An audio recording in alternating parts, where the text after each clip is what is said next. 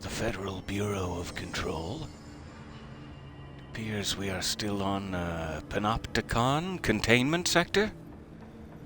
Ah, yes. It has been too long since we returned. We've been off on other adventures here. But I do believe our next point of order was to speak to Langston here. He has some dialogue items, and then we need to head back, as our quest objective says. We need to head back to Central Executive to speak to Dylan. We were in the process of speaking to Dylan back in Central Executive. That's where he seems to have ended up. We came here to speak to him, but he appears to have escaped. And we were just about to speak to him in Central Executive when someone very, very blessedly reminded me of the fridge. Philip, our fridge gentleman, up there. So we just barely, I think, skirted past that encounter, whatever that fridge beastie is. And now we are speaking to Langston and then on to Central Executive. So sorry, trying to get my own mental ducks in a row there. So let's see what he has to say. This is not the time for jokes, Langston. Philip has died.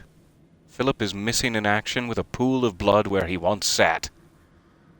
Care to run that joke by me again? Sorry, it's been a long day, Langston. Do you like working at the FBC? Sure. I mean, yeah, the drama's a bit much, but I get better benefits here than I would over at the Postal Service. I checked. Better healthcare. He checked. That's not to say I don't like my job, ma'am. Been here over 15 years. No one knows the Panopticon collection better than me. I'm, close to them, in a way. I can see that. If that's creepy or normal here. Oh, it's both. It's both. How do you keep the altered items under control? It depends on the item. Each one has different needs. Ritualistic touches go a long way. Singing to them. Did he say flipping the singing? lights 3 times, that sort of thing. It's not superstition if it works. What is it? Then. What's the difference between objects of power and altered items? Think of them like storms. Objects of power are like tropical cyclones or hurricanes for the uneducated. They're big, rare, and scary. Of course, directors can just bind the OOP and become the eye of the storm. Altered items are more like weird thunderstorms. Some may rain frogs, some may rain corn, but they all rain something. And how does the hiss factor into all that? It's changing them, making them aggressive. Now they're all raining, I don't know, knives. Knife rain. That's Nice bad. metaphor. No one wants the knife rain. Did you work closely with Trench? Oh, he spent most of his time with Darling and all them, the inner circle. I mean, who wouldn't? Trench certainly had his favorites. Who wouldn't spend all their He did time stop with in Darling? occasionally to scowl and smoke. Did you know the Bureau has a no smoking policy? It does. Just not for Trench. Still, he is the one who put aside funding for the Panopticon. The man did have vision. How did you get this job? Started as a junior agent because my uncle knew a guy. From there I got put on a desk until an accident left the containment sector severely understaffed. At which point I got bumped up to management. Put in a steady 8 hours a day for another 10 years and voila, supervisor. That's all it takes. I just picked up a gun. Or a gun picked me. Okay. I'll see you later, Langston. I'll be Lovely here. to know some background about Langston. That at some point in the past, the entire staff of the containment sector disappeared. Or was killed. It's unclear. Alright, let's go speak to Dylan. See if we can get back to Central Executive.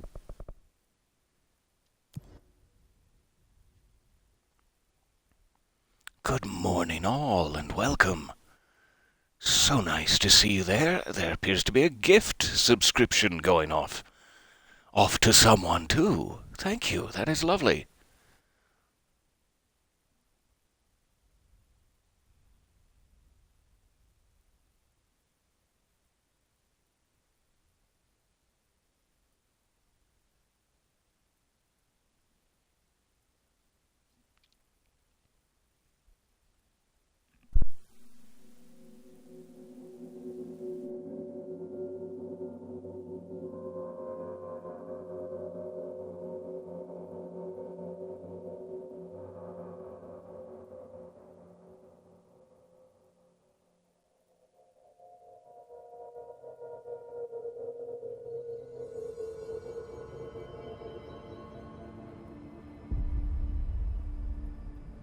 Alright, give me just 1 second here, so sorry.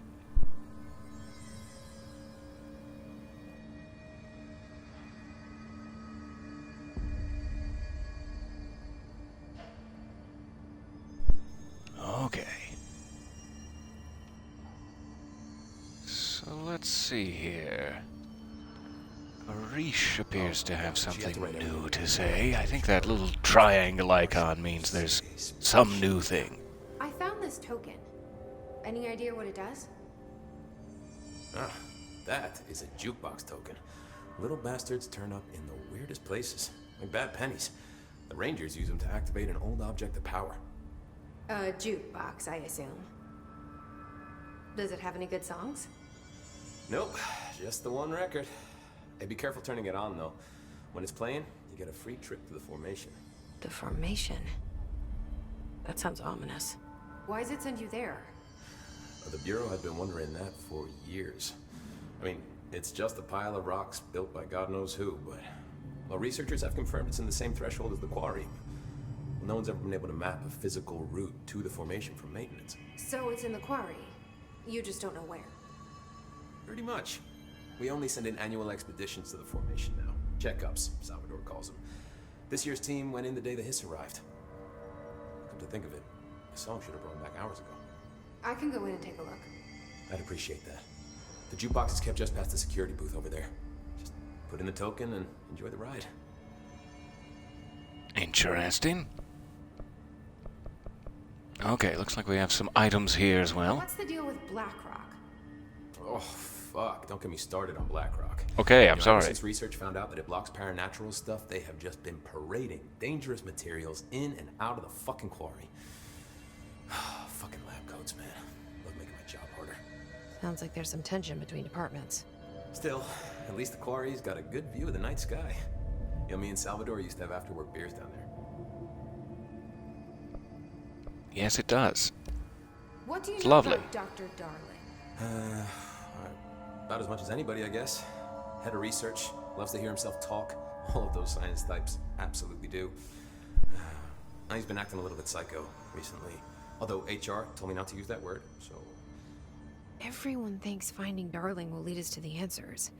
But if he's completely lost it, then what help could he be? I don't think we've ever actually seen Darling. We see him a lot in his video presentations, but I have not seen him or heard from him. With the whole Hiss invasion ongoing, I don't think anyone has. You're security, right? Do you work with Rangers? Not often. Rangers are specially trained in threshold reconnaissance and ground zero AWE response. Security is more interested in the dangers inside the Bureau. They must see some weird stuff out there. Oh yeah, definitely. You know, every week they are tackling things that were previously unknown to the human experience. Most Rangers... How do I get on retired that due to team? Cognitive collapse. I looked up the medical definition. Not fun. How do I sign up for the cognitive collapse? Tell me where. How does the Bureau handle thresholds? Handle might be a bit of an optimistic way to put it.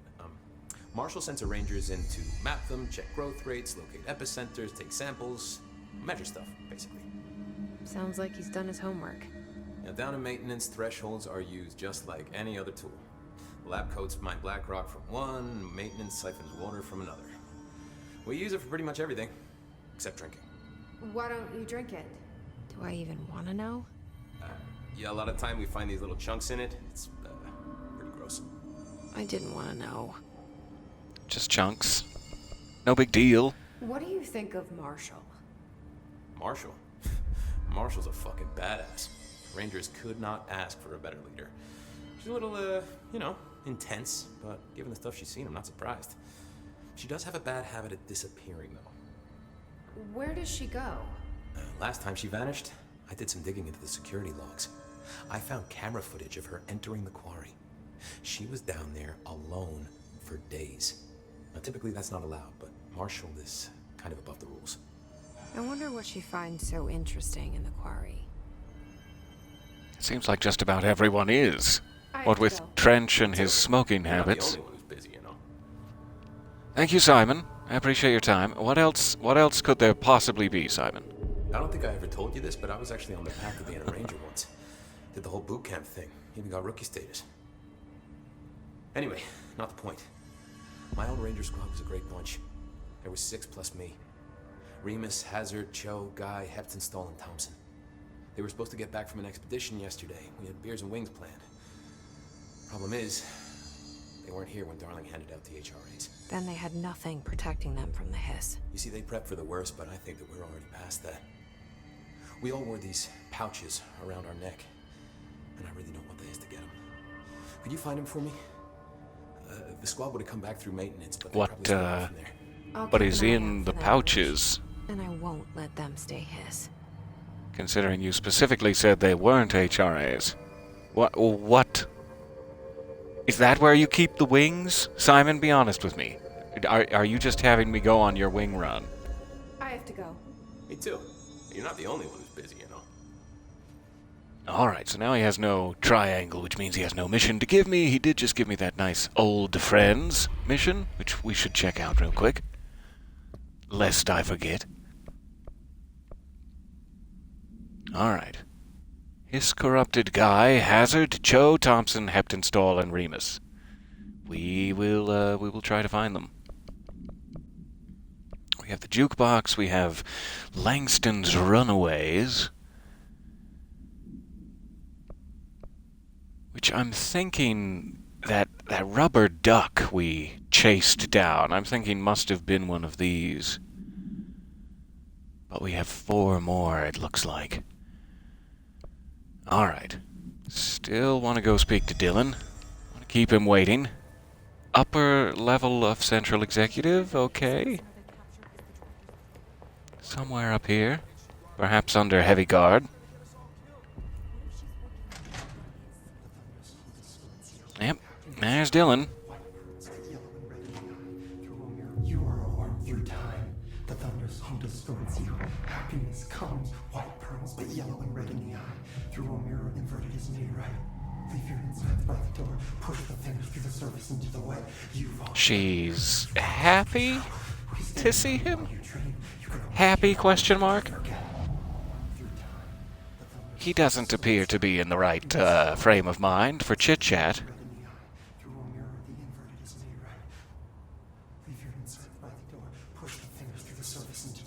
It's actually one of the clearest peaks we've gotten at the incantation, though, because it's not being repeated over itself 3 times. It's just him speaking. We wait in the stains. The word that describes this is redacted. Repeat the word, the name of the sound. It resonates in your house. Oh, after the song. That's so weird. I have no idea what their incantation is supposed to convey or express beyond just unceasing weird. Under the concept you are a worm through time. Shit. The thunder's home distorts you. That's Dylan. White pearls, Can but you yellow hear and me? red in the eye. Oh, come on, Dylan. I'm here. By the door. I found you. The surface into the wet. You've always been in there. You want this to be true. Do you know who I am? Oh, you know me. Say it. You are Dylan Faden's sister. He's That's talking weird in that the he third can person. come out of it. No one else can. Always a good sign. Do you know who you are? Not Dylan. Trench and Darling made sure of that. I'm P6. P6. But I'm better now. The hiss made me better. Push the fingers through the surface into the wet. He is very much corrupted, but he can, like, counteract it at times? Not exactly the reunion I'd hoped for. It feels good to say those words. That is I crazy. want to say them. They sound good. They make me feel good. Don't you want to say them too? No. No, thank you. Fuck off, no. You need to help me get this thing out of his head. If he is still in there, if there is anything left, you have to help me. You came in through the hole in you. We let you in. You've always been here. The only Is he talking to me, or is he talking to Polaris?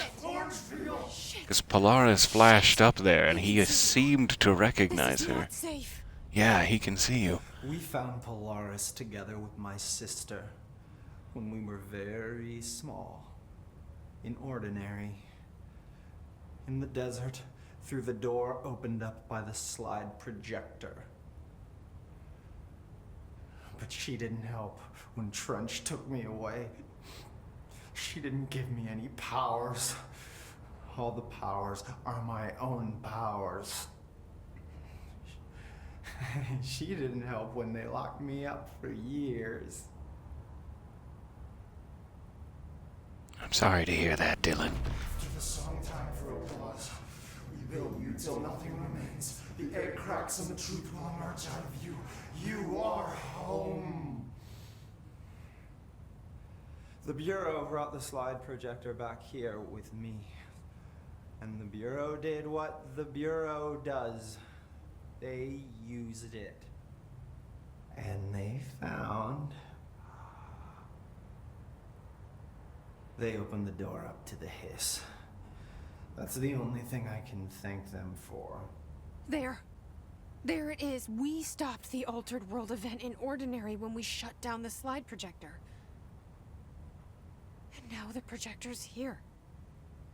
An earworm is a tune you can't stop humming in a dream. Baby, baby, baby, yeah. Just plastic. So safe. Nothing to worry about. Funny. I welcomed the hiss. I let it in. To get rid of her. The hiss set me free. Polaris is using you. The Bureau is using you. You are a puppet. You can almost hear our words, but you forget. If we shut off the slide projector, maybe that will stop the hiss. Your regulations. Maybe it's not too late for my brother. You must see the truth for yourself, Jessie. Sister. The horrible truth about the Bureau. The hiss is the better option. Go to the Prime Candidate program in the containment sector. I have the keycard to get you there. Salvador wanted me to have it. Wanted? Bullshit. I'm gonna need to speak with my team about why they didn't take that from you, but sure. Okay, Dylan. I'll go. I want to see the truth for myself. I'll go. But only to look for the slide projector. You can help me. We can end this. So it's weird. He almost seems to be saying, and I could be misunderstanding, but he almost seems to be saying that he also had Polaris ever since we opened the slide projector in Ordinary. Polaris is inside both of us as a resonance.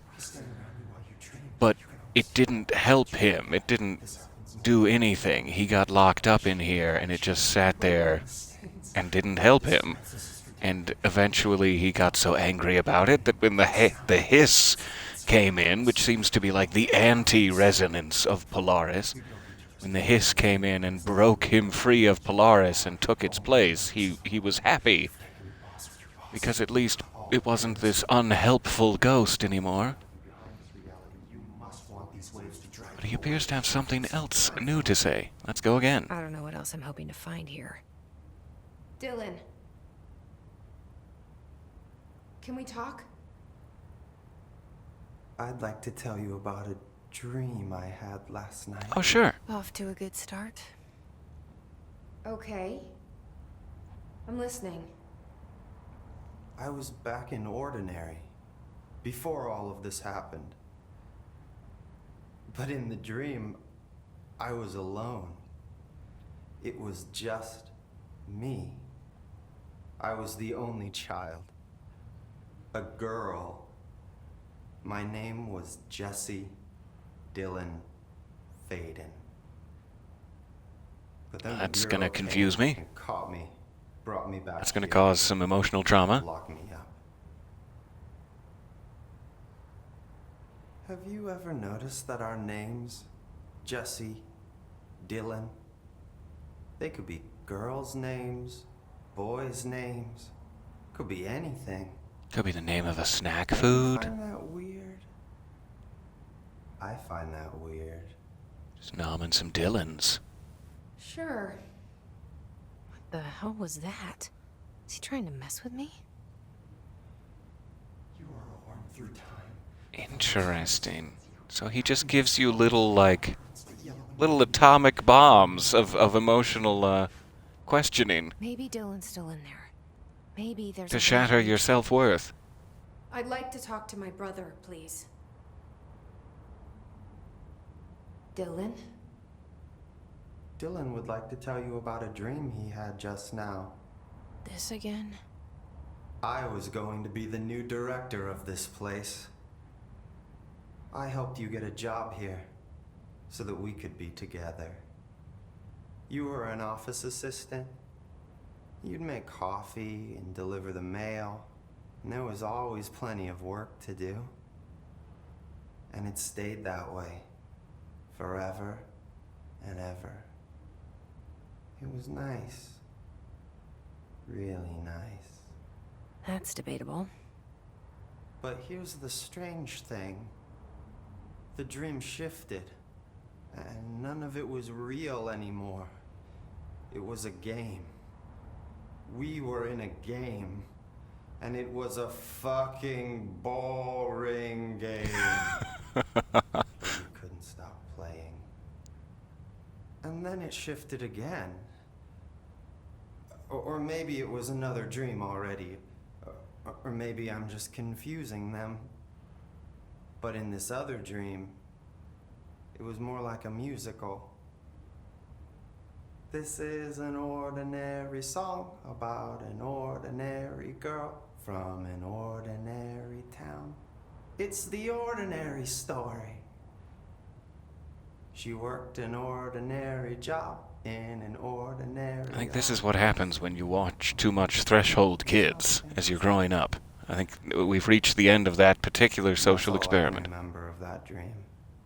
Maybe that's for the best. When you grow up watching Threshold Kids, this. Okay, he still has more to say. We're getting the triangle icon. I would hate to miss it. I'm having Maybe I can fun. learn more about the hiss from him. Can we talk? I just had an interesting dream. Just now? Shit. Just this moment? Are you That's having it? fascinating, Even now? but let's talk about the hiss for a change, yeah? This dream was about the hiss. Go on. Best I'm gonna get. In my dream, the hiss had broken free of this prison, this house. I'd set it free. And the president himself was there to welcome us. He was the first one to take the hiss in. Spread the word. At first, many people thought it was horrifying. That he was Oh, horrifying. I can't imagine why.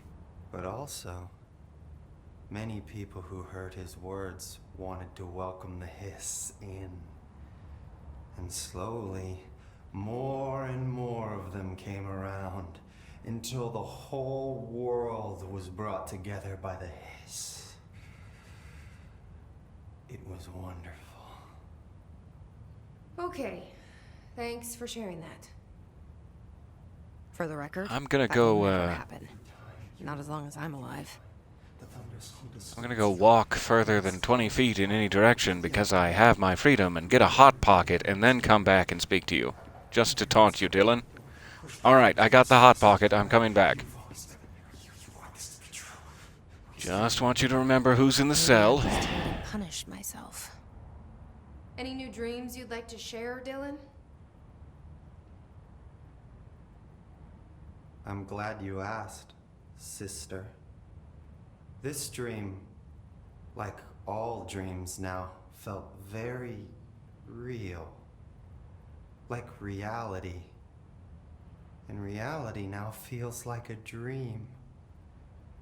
Maybe it's all a dream. Maybe it's all real. Dream where my No, brother there's a endlessly horrible tells thought. me about his dreams.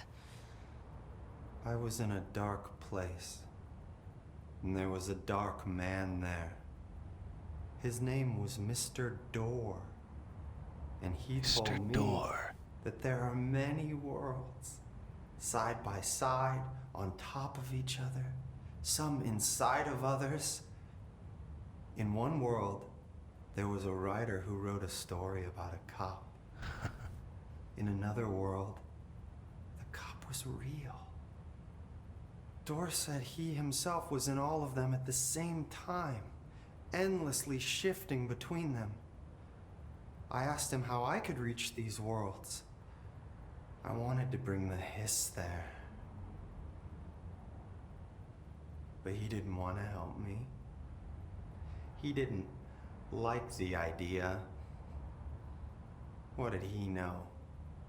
I'm not wild about the idea myself. Through time, the thunder I am not sure if I know what that means, but the only thing that comes to mind is that it could be a Max Payne reference.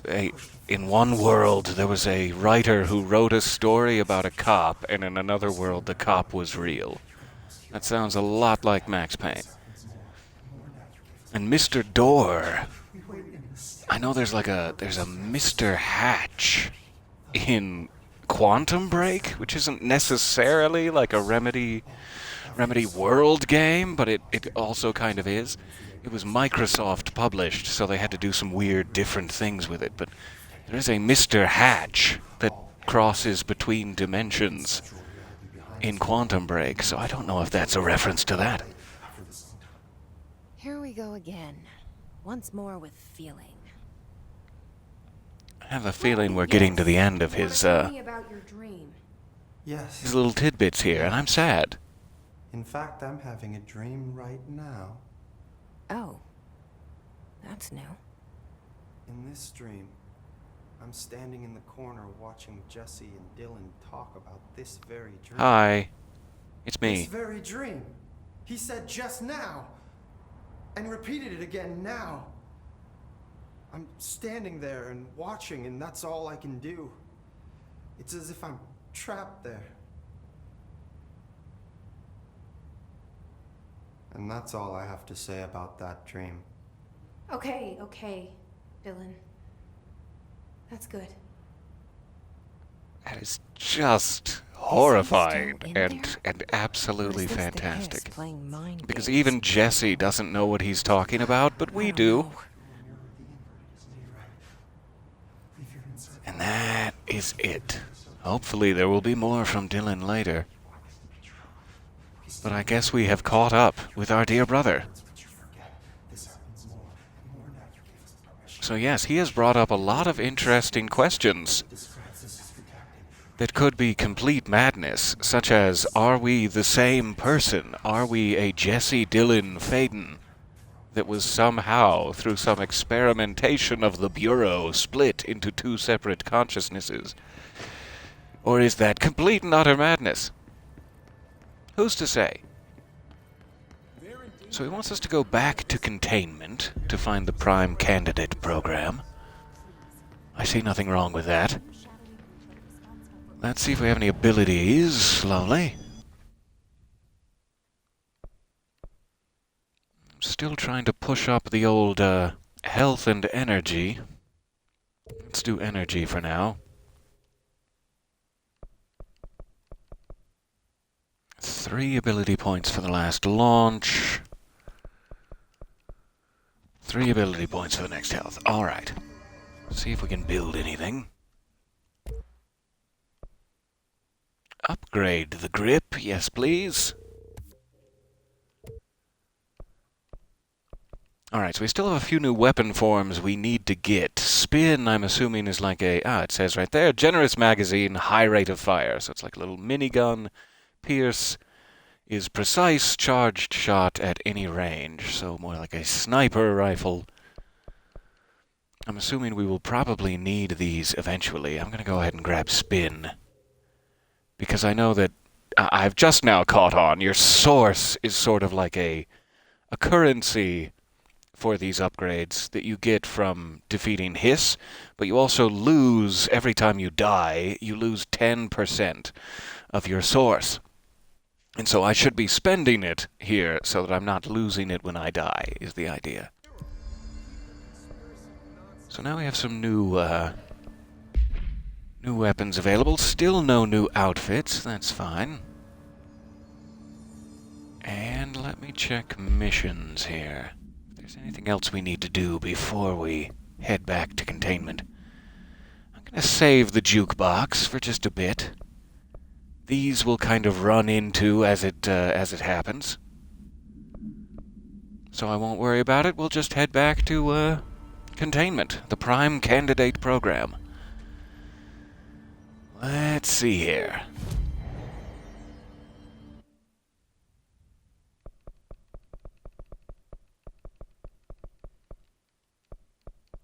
Alright. So it wants me to go to that building, which is very nearby logistics. I'm not seeing a nearer fast travel point, so let's go for it. So he is saying there is some truth to the Bureau that I do not understand, and that he came, having understood it, he came to believe that the Hiss containment was the better option, even if that should spread, as he said, to the whole world. And he even said in his conversation with Mr. Door that he wanted to spread the Hiss to other dimensions beyond this world. And I'm assuming that's what the Hiss has always been, a viral force in that way, and that Dylan is just swept up in it. But I would love to know if there's a why here, hiding. Ooh, I do have levitate now. I wonder if there's some new areas for me to get to, such as this. Ah, it looks like you get an ability point every time you discover a hidden location like that. The Tennyson Report. This, I believe we found a note during one of the previous sessions that was like, Trench is on the warpath. He wants to know who... It was either Trench or Darling. He's on the warpath. He wants to know who wrote the Tennyson Report, and whoever it is gonna get it, kind of thing. So this is the Tennyson Report. So sad, so strange, the days that are no more. For years, the Federal Bureau of Control has been wrongfully forcing a philosophy upon itself and its people. This philosophy is known to you all as science. We all realize that the concepts we explore here are mystic ones, with arcane thinking required to understand them, yet we insist on using words like paranatural and para-utilitarian to create the illusion of a scientific structure, a tidy little system. The Bureau is desperate to stand with the close-minded cult of logic and data that has overrun our society. If a thing cannot be quantified, then we dismiss it outright. We live in an age that is openly hostile to faith in the veiled forces governing our reality. I must remain anonymous for fear of reprisal from the anti-esoteric bureaucrats watching us from their plush offices. Those same bureaucrats, Trench and Darling chief among them, have been steering us away from the Bureau's arcane foundations for decades now. It is time we corrected course. If you stand with me, share this message. We are not alone. So there is some internal struggle as to how these events are being handled. Some believing that they should be handled magically and with arcane knowledge, and others that they should be scientifically studied.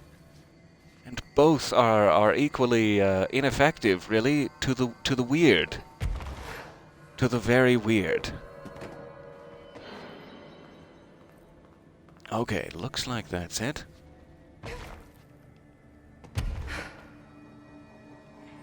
So...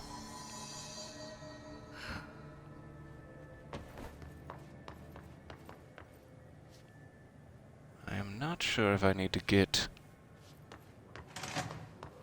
up to the top level of security here.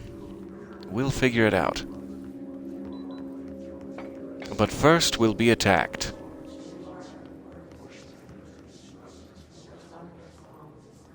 Anytime now.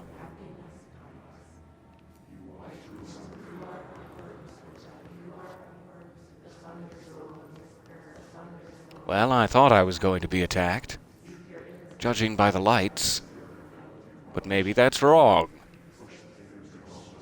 Okay, quick look for pages. There they are, finally. Just took their sweet time.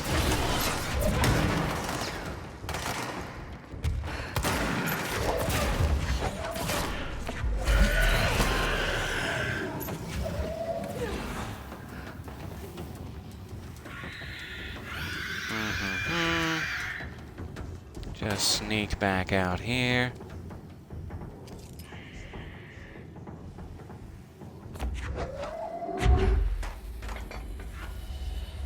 Aw, come on, step in front of it.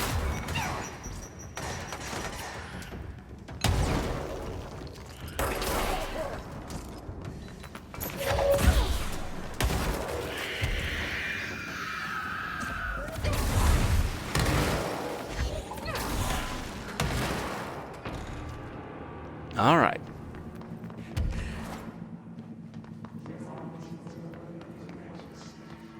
Prime containment program, this way.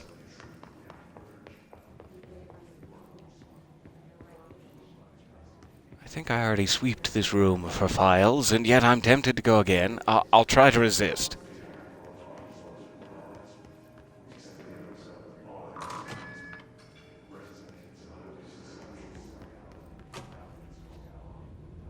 Hey.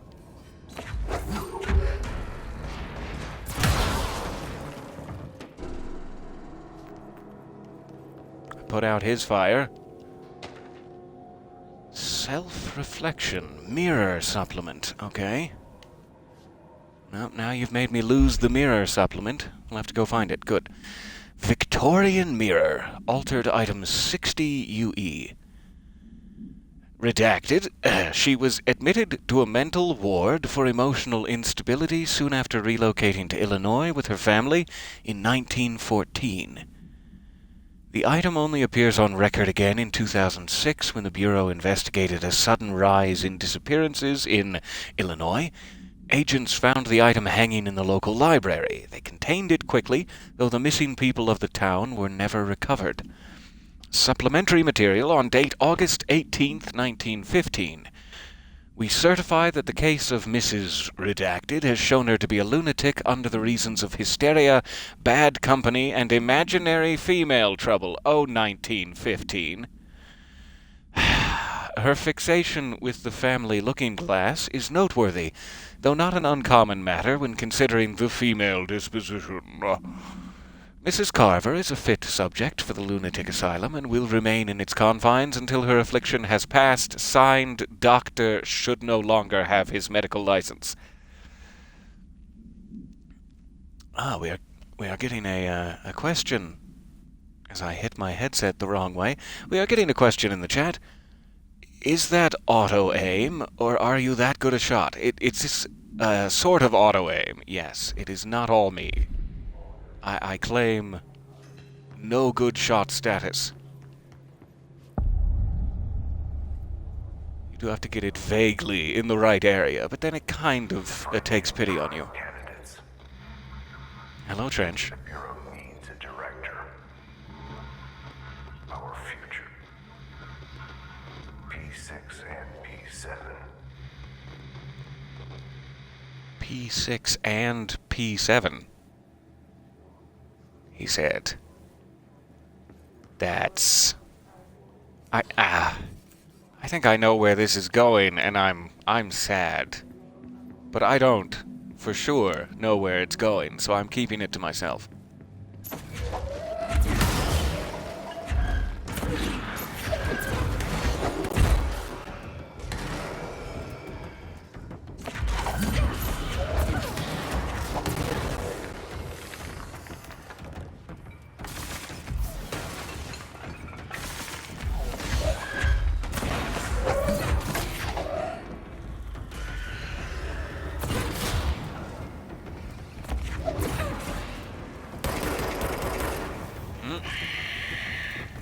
Got myself on the wall.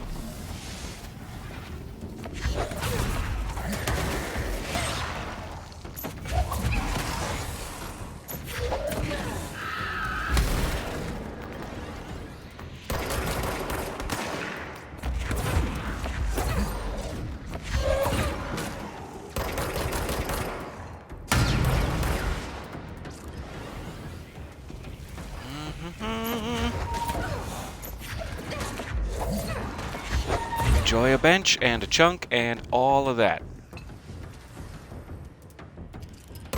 Just keeps recharging his health because of this thing.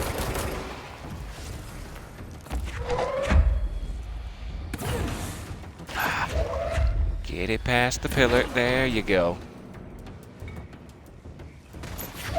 Okay, he's no longer recharging.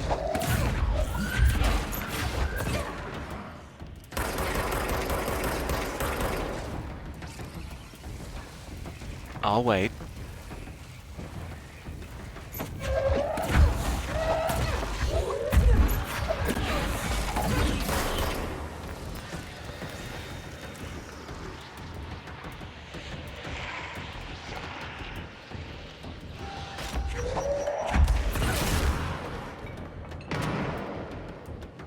Still no.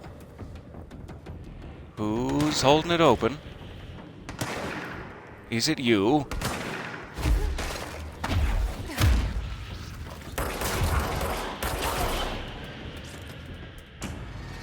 Okay.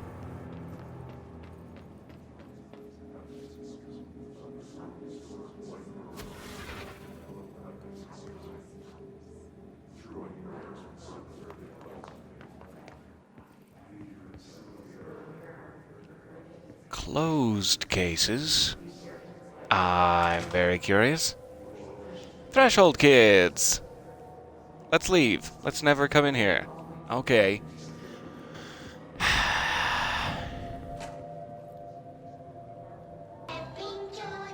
Time to catch up to Dylan.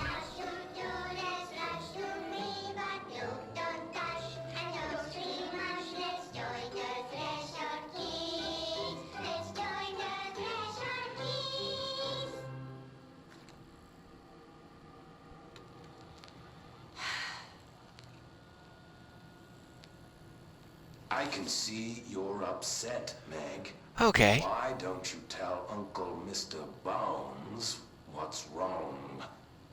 Uncle Mr. Bones chills me to my, well, you know. I did bad on my clairvoyance test. You can't ace every test, Meg.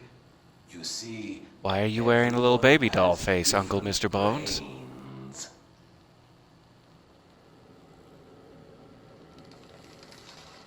Some brains can talk to each other.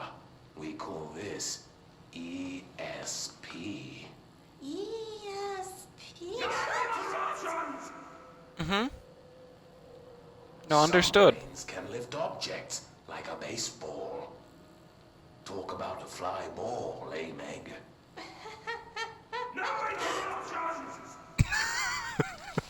So who cares if you fail your clairvoyance test? Maybe your brain can throw baseballs, or talk to dead people, or make friends blind. Once we know what your brains can do, we'll know what job to give you. And if your brains are just right, you'll get to sit in the big chair.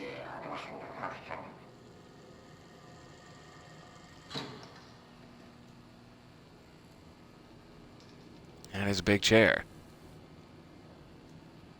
What if I don't want the big chair?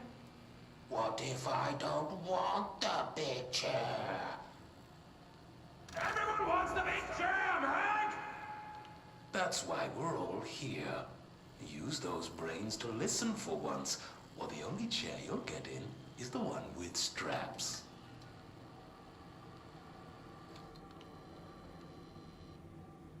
So yeah, they thought this would help Dylan grow up real strong and healthy. They thought this would be good for his bones. And I think I think there's really no big secret as to why he's lost his mind. Bright Falls summary. Here we go. Oh, here we go. Bright Falls, AWE 35. An unconfirmed threshold manifestation at Cauldron Lake, Washington resulted in a fictional story written by the author Alan Wake, creating an AWE in which reality was altered to match that of the story, though only locally and for a limited time. That is actually so fascinating to me. I've been wondering the answer to exactly that. If it was locally and for a limited time for 10 years. I have been waiting in a dark closet eating half of a saltine for 10 years waiting for the answer to this question. You have no idea what this means to me. Okay. Event response. Mr. Kirkland, head of investigations, was alerted on September 13th, 2010 by ex-Bureau agent Frank Breaker. Frank Breaker. Yes, I will wait. Ahem. That an AWE event was taking place in Bright Falls, Washington.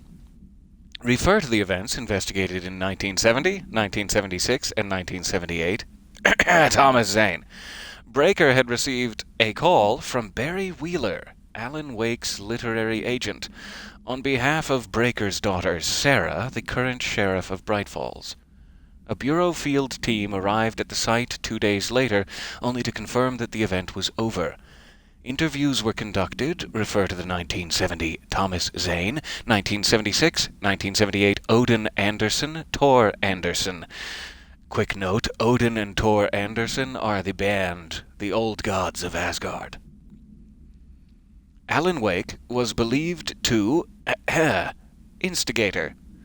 Eyewitness reports highlight an old light switch, a possible object of power, oh my god, that redacted missing.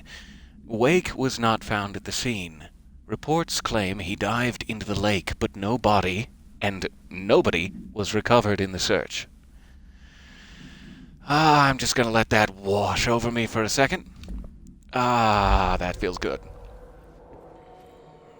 I really cannot begin to tell you guys what Alan Wake means to me in all of this.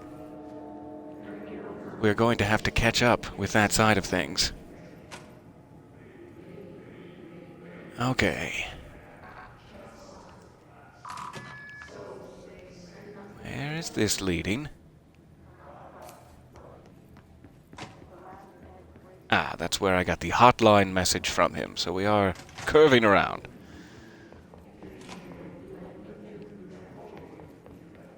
So that's closed cases. P6, that would be Dylan.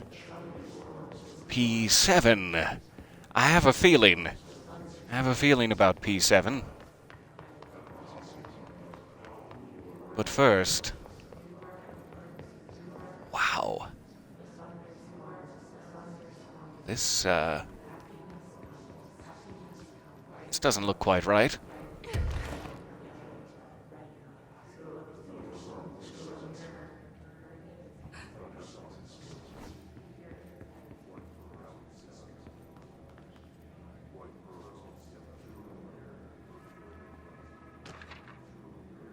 Bright Falls Supplement.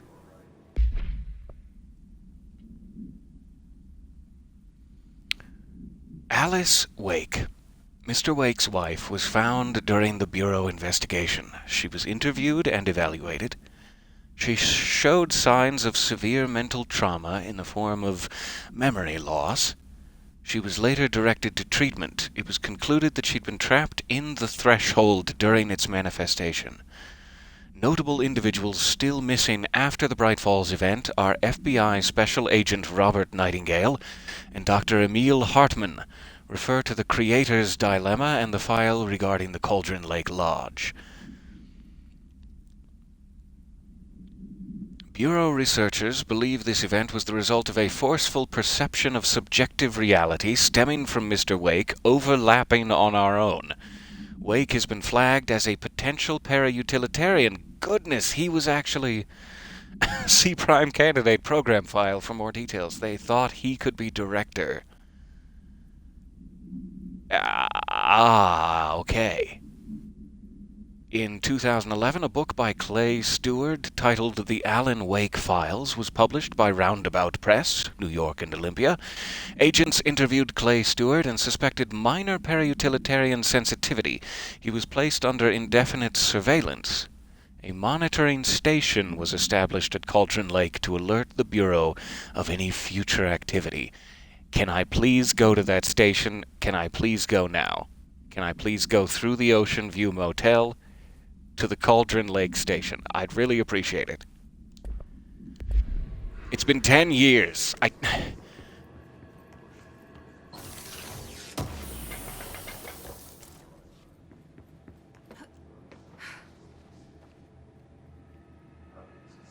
This place is so cool to walk around in.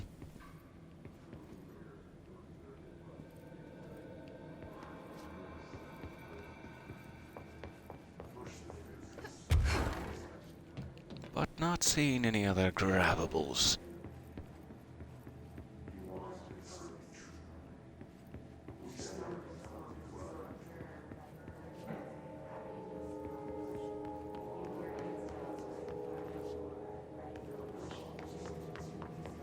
I don't know how exactly to bring Alan Wake in to all of this, or when, I guess would be the question.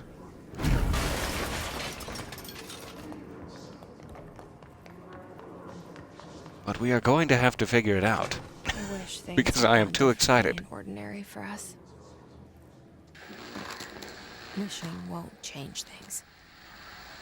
Finding the projector will. So this is Dylan's room. So much coming together in this one case. A new object of power, something we have not seen before. I mean, coming from me, that's saying something. And the boy, Dylan Faden, prime candidate 6, and the sister as well. Once we catch up with her, but. Okay, so as far as Darlene is aware, there are two of us. We're talking Northmore level readings here, and I don't want to invoke his name. It's completely different circumstances here. It's remarkable.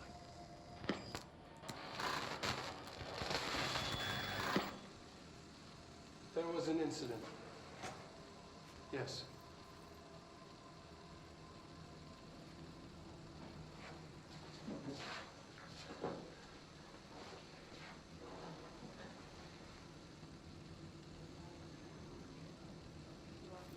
We lost a valuable member of our team, yes.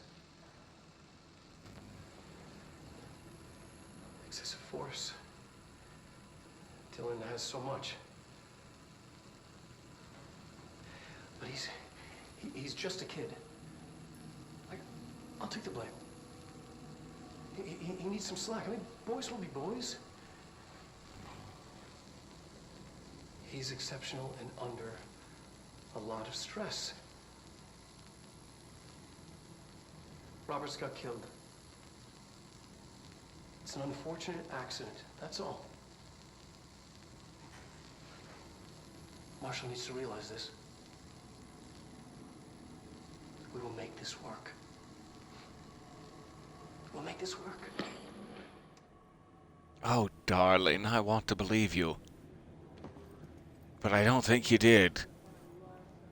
I don't think you did make it work. Dylan Faden transcript. Transcript of conversation, subject Dylan Faden, for review by Dr. Darling. Confidential, the subject was alone during this outburst. Dylan Faden. You again. I thought I told you to leave me alone. Why are you showing me this? I can't do anything. Can't you see where I am? Why don't you help me get the fuck out of here? You always show me things I can't do anything about. Stop showing me her. I don't care anymore. I don't care about you. You both left me here to rot. And then it gets a little testy towards the end.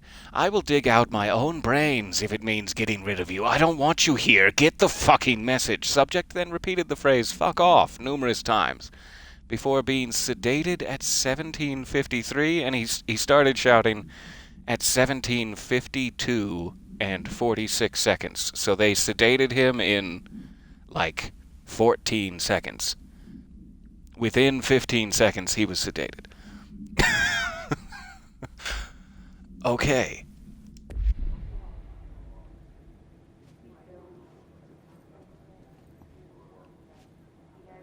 So Polaris seemed to be showing Dylan, trying to communicate with him and showing him me, or visions of where I was at the time. P6 victim autopsy.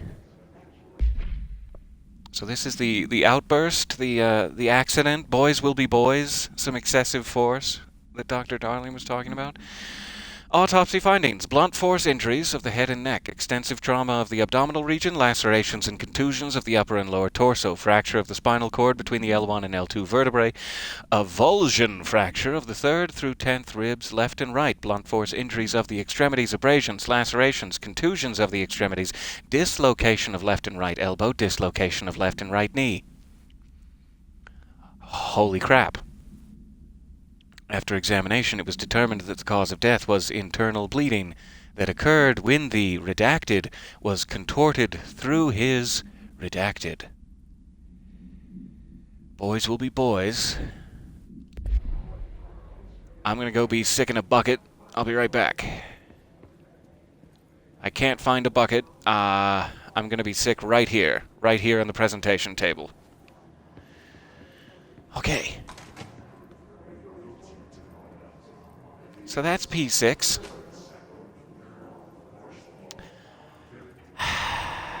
Do we want to go in this room? Do we want to know? Would it be better not to know? Is this what Dylan wanted me to see? It doesn't matter. We need to find that projector. So...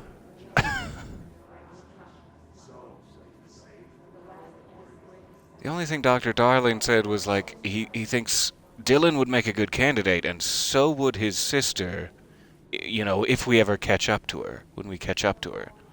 But it's like, they were caught up to me, they've been surveilling me my whole life, it seems.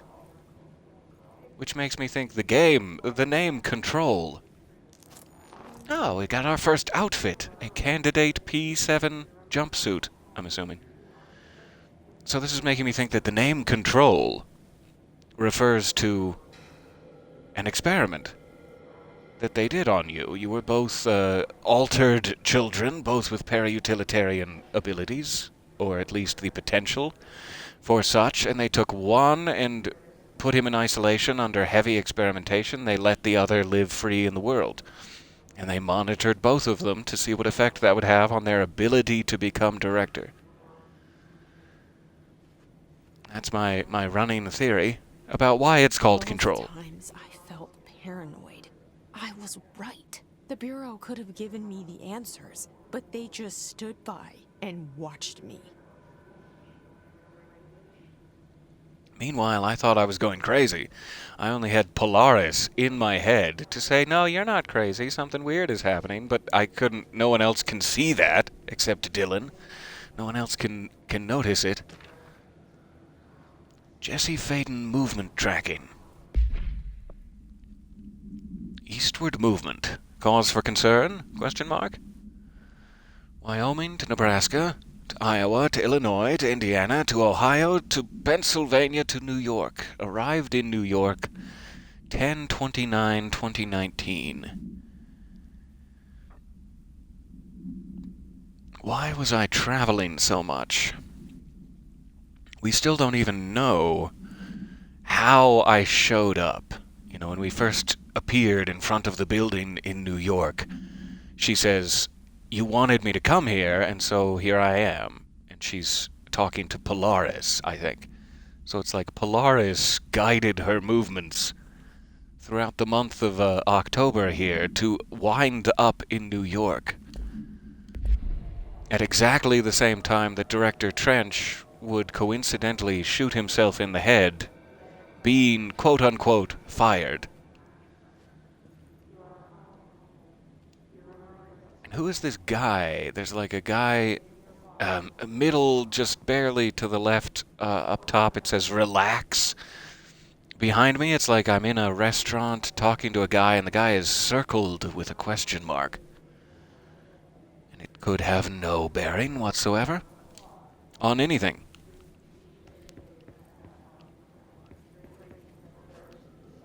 We have a tape. We used to play there all the time. Me and Dylan, and other kids as well. These are therapy sessions I seem to have pursued on my own, and they got copies of the tapes. I remember was different. We found a way in, deeper into it, like it had shifted. We went inside, and that's where we found the slide projector. A dump is a place for lost things. Things that have been thrown away. Did you ever feel that way when you were growing up, Jesse? What? No. Yes, but that has nothing to do with... Was there a slide projector at your home when you were small? Oh, yeah, I promise you, you're on the wrong track here. Those were before your time, I suppose. There is an actual magic slide But projector your that family I'm speaking can about. look at photos together, maybe. In one form or the other? Maybe. When was this? Can you remember? At parties? Barbecues? How did it make you feel? Did your parents ever show pictures that embarrassed you? Was alcohol ever involved at these parties? Did your parents drink? Did that make you uncomfortable? No, that's just stupid. Come on. That has nothing to do with this. Nothing. The slide projector, let me ask you this. As a child, did you ever fantasize about worlds inside pictures? Inside a painting? You know, stepping into a painting, into a hidden world, escaping and finding adventure there, away from your parents. I don't think so. I don't remember. Maybe. I don't know. It was actually, in this specific instance, really unhelpful to pursue therapy. Usually, very helpful. Give it a shot. In Jesse's instance, what a shame. That just muddied the water. All right.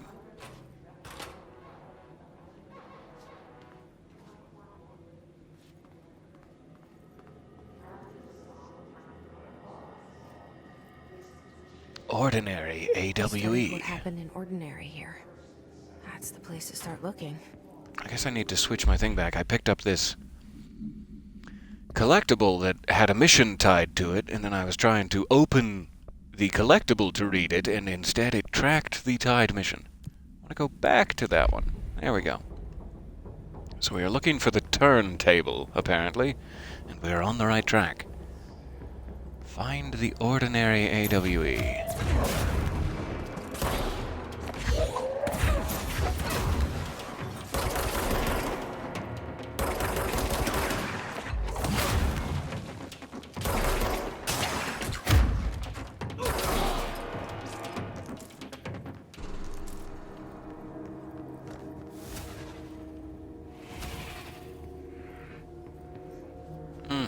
We got some corruption in there. We'll have to dig that out. We'll have to dig that out and then salt the wound, just to be spiteful.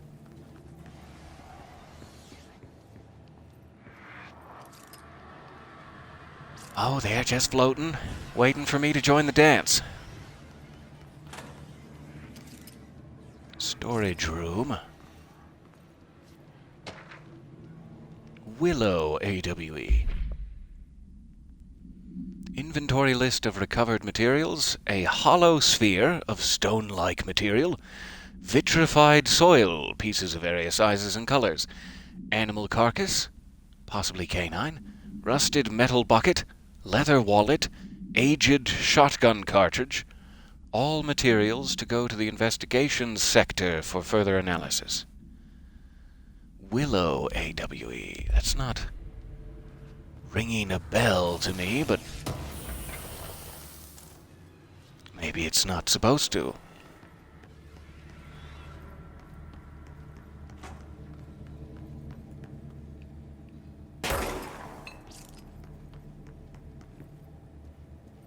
Okay, so we have an elevator down.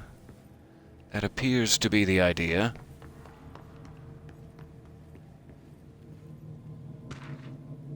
Work chat. Dead dog. This is sure to be fun. I see your creepy teeth delivery and raise you a dead dog. Yeah, like a straight-up deceased dog. Had a collar on it and everything. Been rotting in that box since they packed it up. Go ahead. Imagine how that smelled. So don't go whining to me. I wish that I got to watch a parade of human teeth. Just another day in the office.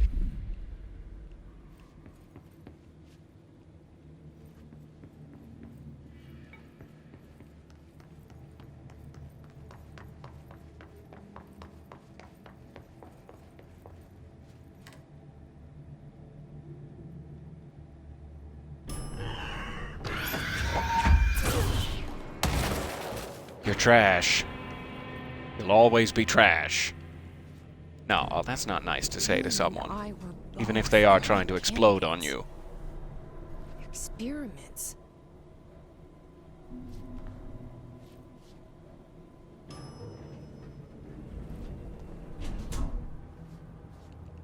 Loving the little details like the fingerprints over on this side of the elevator. Just barely visible there.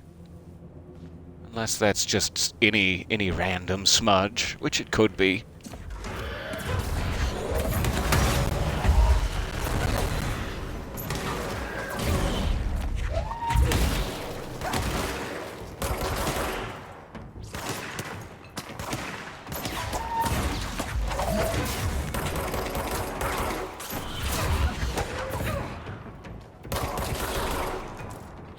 Something so satisfying about hitting a person with their recently deceased friend, so that they too follow them into the afterlife.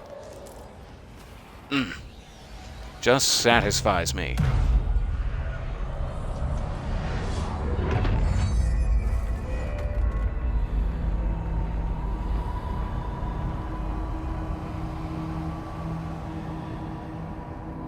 Alright.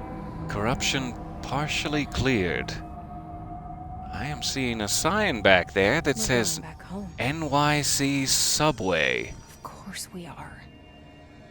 It started there, and it's never gone away. Does this actually lead to the New York City subway? And that's how they, like, bring in larger items? Would be interesting. And a seeming security risk.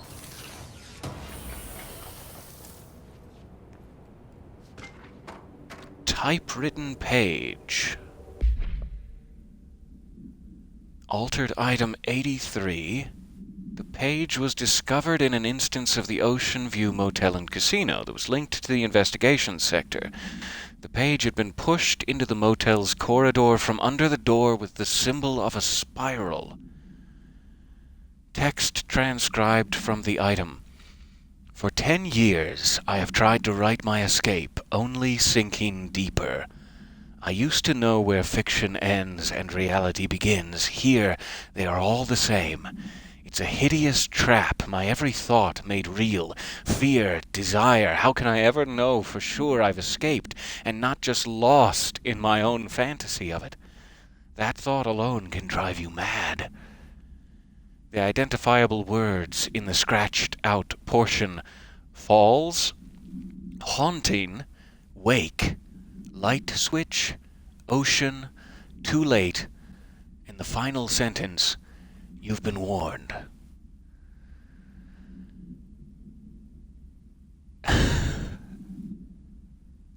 So Alan Wake is behind the spiral door of the Ocean View Motel, which, as we know, is a hub of different dimensional planes entirely. It's not as if he's stuck in a motel room. He's stuck outside of reality. in something called the spiral, or identified by a spiral.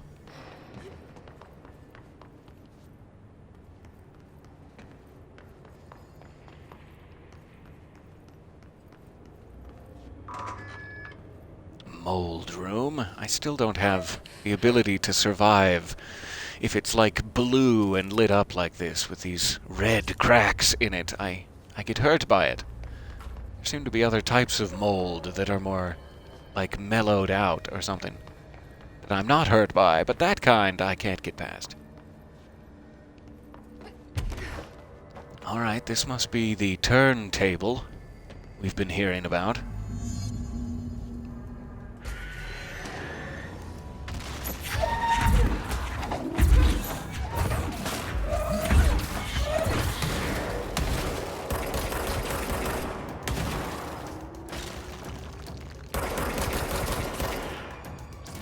Yeah, one of our little brain fugue friends there.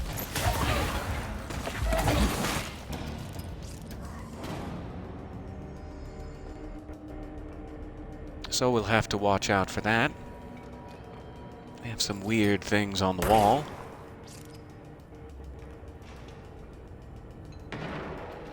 Huh. Explosive. Alright. There's gotta be a way to rotate these tracks. Sterling. Maybe there's a control panel nearby. Ordinary dump site. And ordinary. So we need to turn it to the ordinary door first, I'm assuming?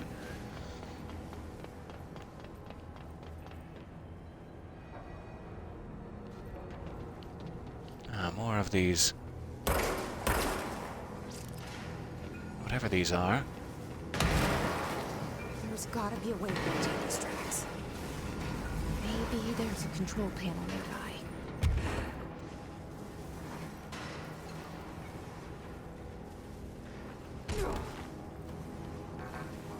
No luck. I guess I'm going down.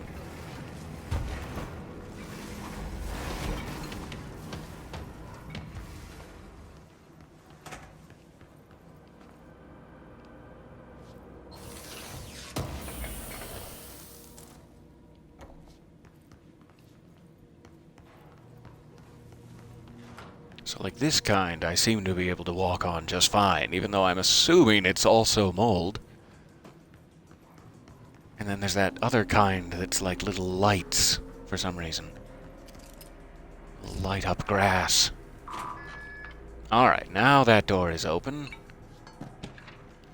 Work chat teeth. Here we go. Here's the other side of the story. Guess who just had to inspect an inbound delivery of like 100 teensy tiny little boxes? Me. That's who. And you know what was inside each one? A single human tooth. Fucking gross. So that's the original guy who complained, and then the next day, his co-worker was delivered an actual dead dog in a box. From Willow, AWE? Ah. Don't try to one-up each other. Let's stop this here. Okay, that is turning. And I'm actually assuming it wouldn't have turned with those explosive things on the track. I think you had to blow those up first. Seemed to be the idea. But I probably skipped that whole little part of it.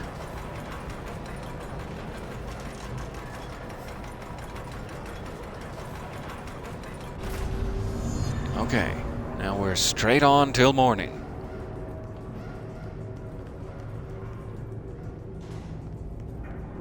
So is this just like a place where they keep things that relate to Ordinary, or have they brought, like, the entire town of Ordinary inside the house?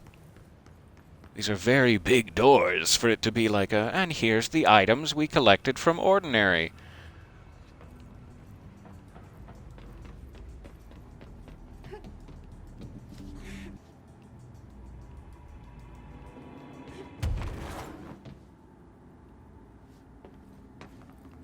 Right.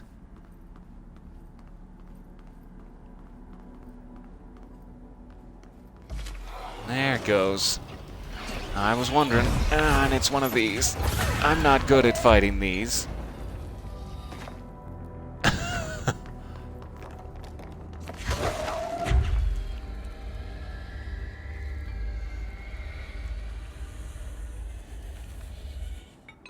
I can't tell if I hit it enough. Like, if my upgraded launch is doing a lot more damage than I thought.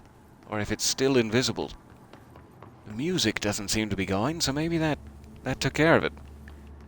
Just got weirdly lucky there.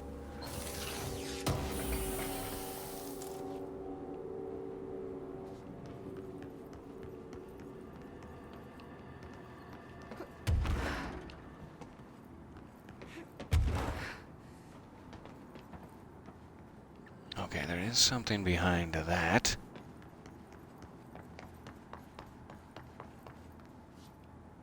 Huh. That's suspicious. Yeah. Wow. So sometimes there's like little black and white portraits that denote illusory walls. In a certain sense.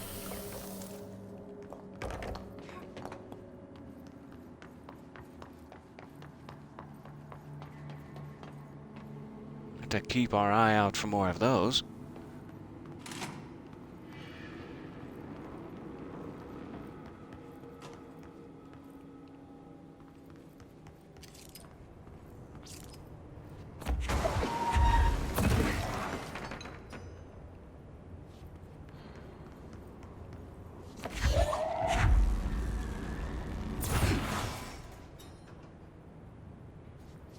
Alrighty.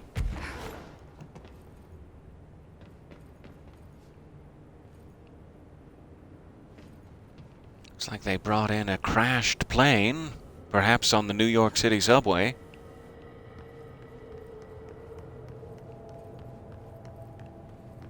So we have another elevator. We have another power conduit over here. I think there may have been another core.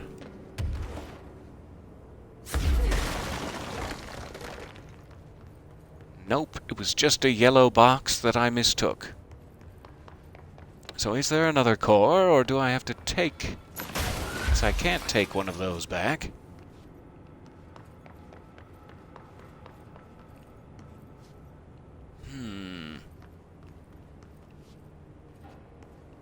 Where is it?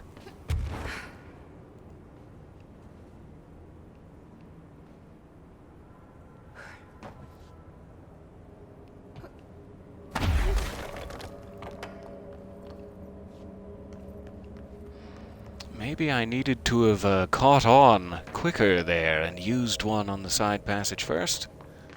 Or maybe we just get one up this elevator and drop it back down somehow.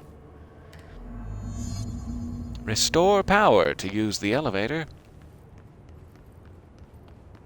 Okay, then I must just be missing it. Yep.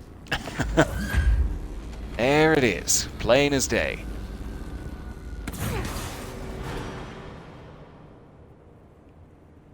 Alright, something flickered.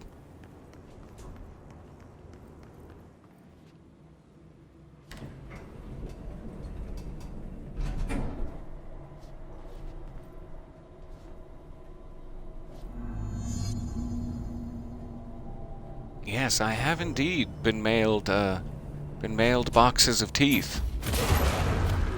I have not received individually packaged one tooth per box shipments yet. But that does sound very familiar to me. I've been there.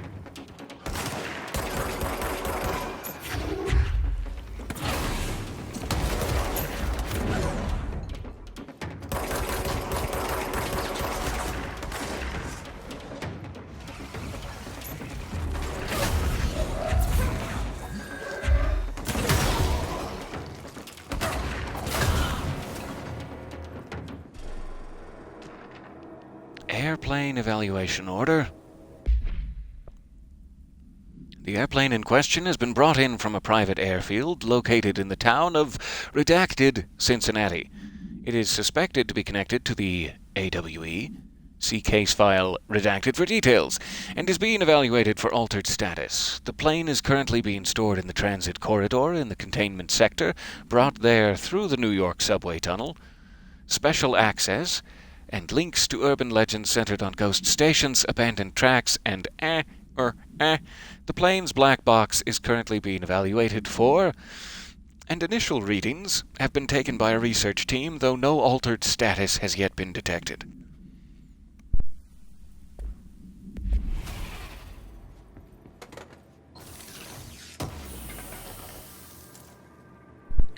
So I don't know.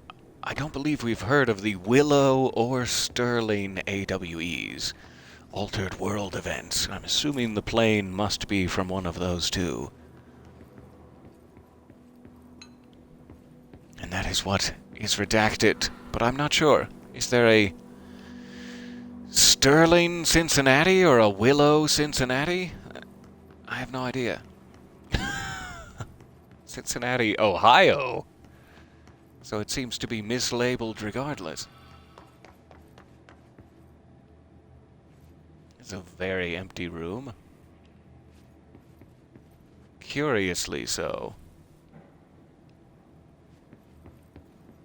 Huh. Strange. Not breakable, but strange.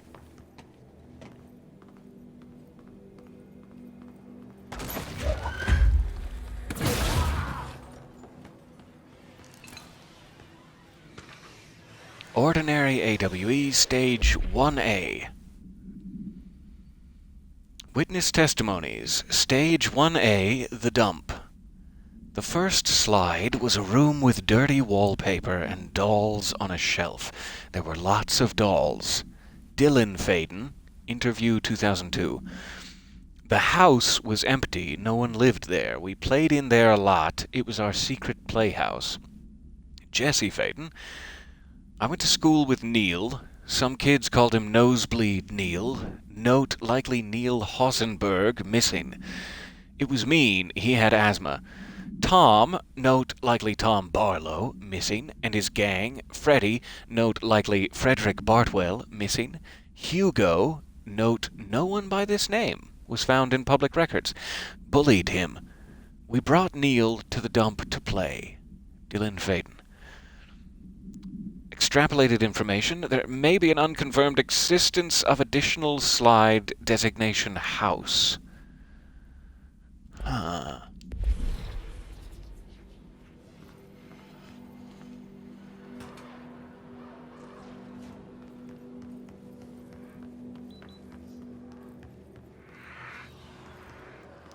Oh, we're getting there. We're getting closer to ordinary. You're listening to America Overnight, celebrating 29 years, shining a light in the shadows.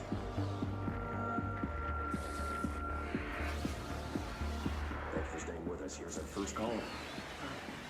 What I'm about to tell you, if they found out, I don't know what would happen. If who found out, brother? The men in the suits. They told me it was an industrial accident, but this is something else. Something nobody talks about. Ordinary. This certainly doesn't sound very ordinary, call it. No, not ordinary. Ordinary. It's a town. And it wasn't an industrial accident. I mean, that's what they said. But that's bullshit. Whoa, please watch the language, caller. It may be 2 a.m., but we're still live on the show. I'm sorry. One of those 2 a.m. midnight family shows, you know. They said the town was destroyed, but it wasn't. I went there. The people are gone, but the town's there. It's still there. So the population of an entire town disappears, yet the town remains. Tell me, with the phrase, there is no salvation written anywhere? I'm not sure. The same thing happened in Brazil in 23, a village called Hor Verde. More than 600 people just up and left. The government said they were fleeing guerrilla forces, but we know the truth. A mass abduction, as predicted by my regular guest, Dr. Quincy Raven. Abduction? You mean aliens? That's bullshit! I know they're lying! Now I warned you about the language collar. I'm afraid we're gonna have to cut you off. And good timing, too. It's time for a short break. Hang in there. America Overnight will be right back. Interesting. So the urban legend of Ordinary is that it's a town that still exists out there, but no one lives in it. Everyone just disappeared. I'm guessing that answers my question as to if they brought it all back. I'm assuming no. Ordinary AWE. An AWE occurred in the town of Ordinary caused by an object of power, the slide projector, OOP-15, discovered by local children at the dump outside of town. When a specific set of slides are used in the projector, the projected images open doorways to other dimensions. Multiple slides were used by the children, resulting in the disappearance of the town's adult population. On August 30th, 2002, siblings Dylan Faden, 10 years old, CP6, and Jesse Faden, 11 years old, CP7, were playing at the local dump when they found a discarded slide projector. A team led by Director Trench and Dr. Darling arrived at the site on September 14th. The AWE had ended, but the team found the Faden children, who led them to the slide projector and the slides, which had been burned, with the exception of one. Jesse escaped when agents attempted to detain the pair. In total, 17 surviving individuals were found in the town. All of them were brought in for questioning and tests. See the Prime Candidate Program files. So it was 2002 when it happened in Ordinary. I can't remember, was it 2010 that Bright Falls happened. So this was 8 years before Bright Falls. Just trying to keep it straight. Toward archetypal objects, a gun, a television, a supposedly haunted house. So clearly humanity affects this process. Our collective unconscious is a map of sorts. We hold the key, but we don't know how to use it. We create these archetypes through everyday life, popular culture, urban legends, but we are observing and influencing a complicated system in action. I am so fascinated by this concept. Exactly what he's talking about. These forces just by thinking about it. But we haven't found a method to control the outcome. And yet, there's something unique in us, in our dreams, in a conceptual reality with power, with our minds. What's the cause and what's the effect? Are we the starting point or just a necessary evil in this? A byproduct, a reflection, a projection? We'll struggle to find the answers to these hard questions, or die trying. Oh man, that is my favorite presentation so far. It's the sort of questions I often find myself awake at 4 a.m. asking.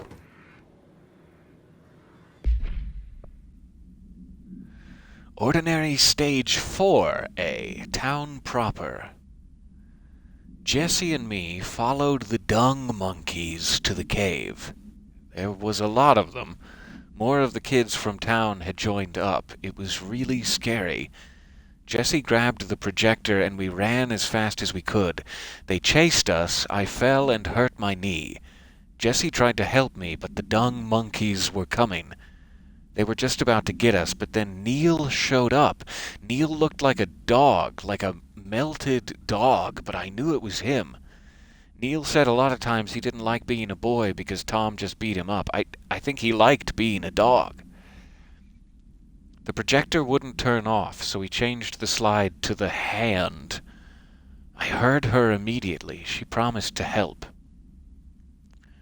Jesse said we should call her Polaris. It's because she was doing stars at school. So the extrapolated information is that an additional slide, designation hand, is verified and in Bureau possession. Unconfirmed existence of paranatural entity, designation Dog Neil. Yep. Unconfirmed. So the one slide they did get back was they called it Hand. And that is where they found Polaris? So what would that be? Would it be an actual picture of a hand? That then opens a portal?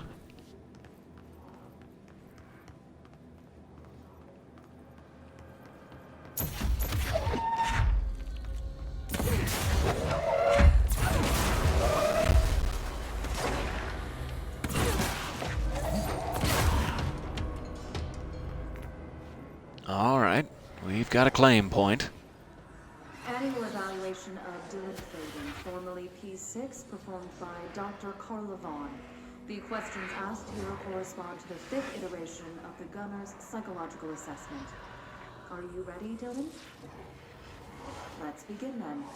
In a single word, describe the world around you. Where's Casper? Dr. Darling is out of the building today. He's never out. He didn't want to come, did he? He never visits, not since Roberts. Tell Darling it wasn't my fault. I couldn't control it yet, but I can now. I learned. Will you tell him? In a single word, describe the world around you. A prison. A cold, empty prison. Not even a poster on the wall. Weird that we both use that metaphor. In the sequence 3, 6, 9, 12, 15. 18. What day is it today? How the hell would I know? It's not like you give me a calendar. You find a rabbit in the woods. It is breathing, but not moving. You cannot see any blood. What do you do? Move it. Expand on that. It doesn't matter.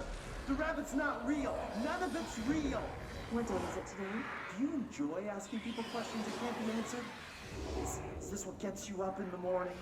What you dreamed of doing as a scared, stupid little girl? Can you describe a dog to me? In ordinary, we had a friend. Nosebleed Neil. And when it all went crazy, you know what I mean. Nosebleed Neil turned into a dog. Or something like a dog. What day is it tomorrow? Fuck off! I don't know! There is no calendar! How can I fucking know? Dylan, calm down. Fuck you! Fuck you and fuck Casper! Hey! Are you watching this, you old fuck? Did you send your bitch because you're too scared of me? Where is Casper? Security, get a team in here. I need...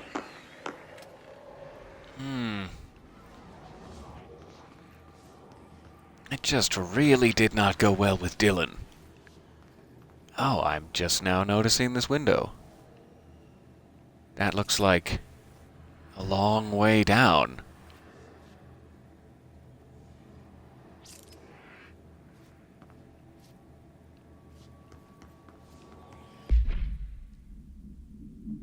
But I totally missed the button for this. Now I have to go find it. Not there. Let's try here.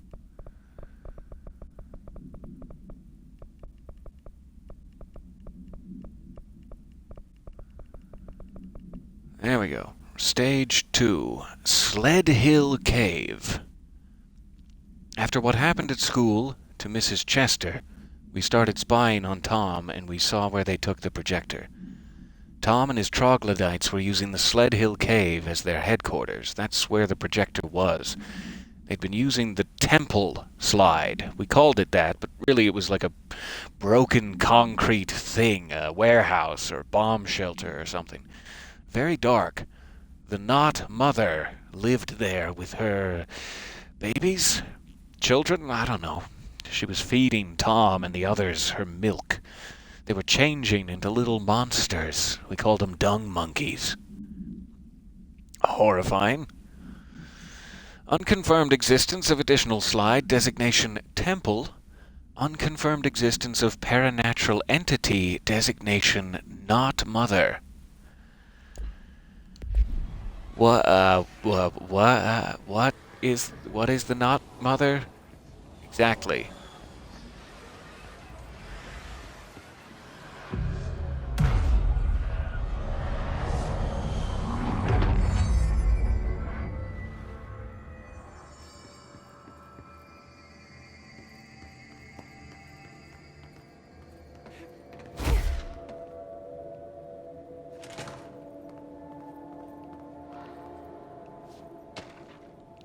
Stage 4B. Town proper. We went in and met Polaris, like a star. She told us we were special. She made us special. It felt like being born or reborn, the world fading in for the first time, familiar but somehow different. Polaris told us how to turn off the projector. The dung monkeys and the Not Mother were coming straight at us. Dylan was crying. I turned it off and they were gone. It was over. I took all the slides and I burned them, all except Hand. Unconfirmed existence of paranatural entity, designation Polaris.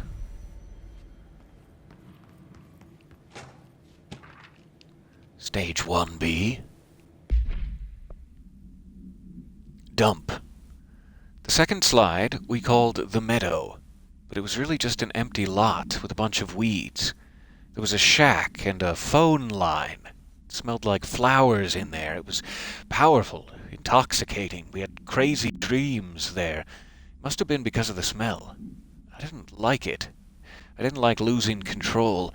In the dreams, everything was melting, and then when we'd come out, everything had melted around the projector. Neil was really into it. We found out he'd been coming there more and more on his own, and then Tom beat the secret out of Neil and found the projector, and well, he and his goons took it. We thought Neil had got lost inside the meadow when Tom changed the slide, but that's not what happened. What is what happened? What did happen? Unconfirmed existence of additional slide designation Meadow.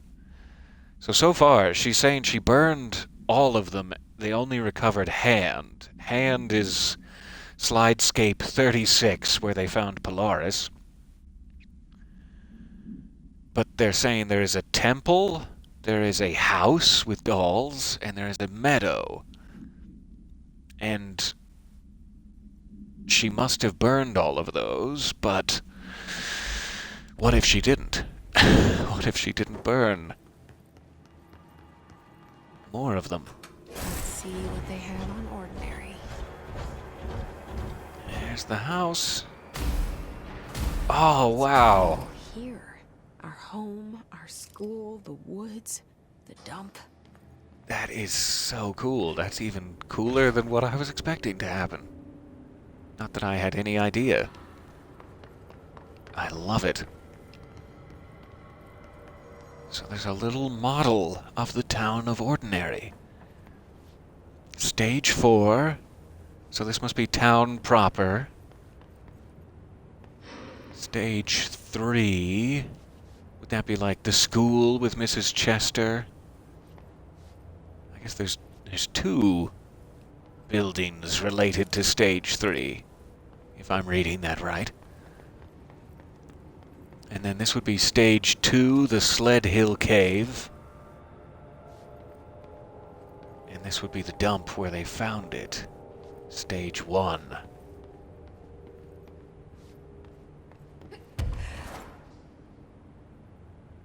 So I'm guessing this is either like our house, or I'm not sure what this is, denoted in red.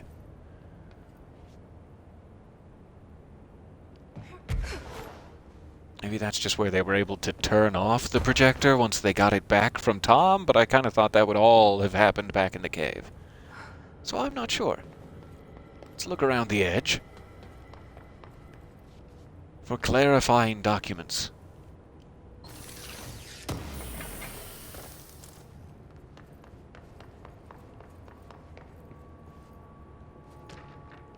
Stage 3. Public school. Tom and the others had gotten worse, scarier. The math teacher, Mrs. Chester, tried to make them listen, and well, they pushed over a piano on her and broke her legs. Then Tom bashed her head in. Bye-bye, Mrs. Chester. I always liked her. I liked math. That was the tipping point. It was Lord of the Flies level bad. The grown-ups realized something was wrong. The police came and literally dragged Tom and Hugo and the others away. Tom was screaming that the Not Mother would make them all go away. They enacted a curfew for every kid in Ordinary. Mom and Dad were pissed, asking us about the dump, about everything. I remember wanting them gone, like Tom had said. And when we woke up the next morning, pretty much all of the adults had just vanished. Was I responsible? Did I don't know. Extrapolated information, the disappearance of a majority of Ordinary's population confirmed to result from slide projector-related AWE.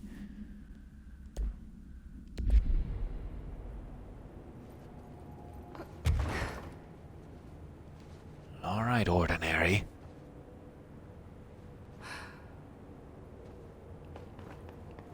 What else do you have for me? Oh, okay. Apparently I got too close to the exit door. Aw, now the model's gonna get messed up.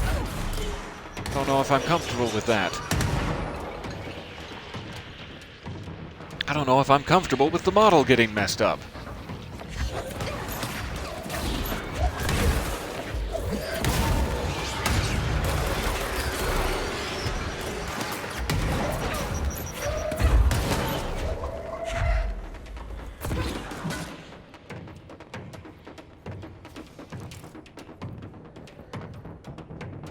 I'll just hide behind the public school here.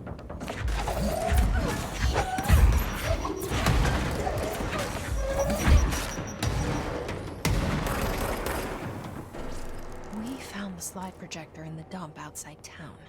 Did they recreate that too? Is that where they keep it? Okay, let me check this corner.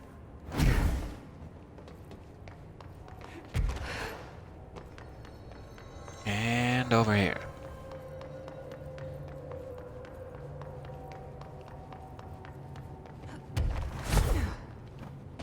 I think we're good.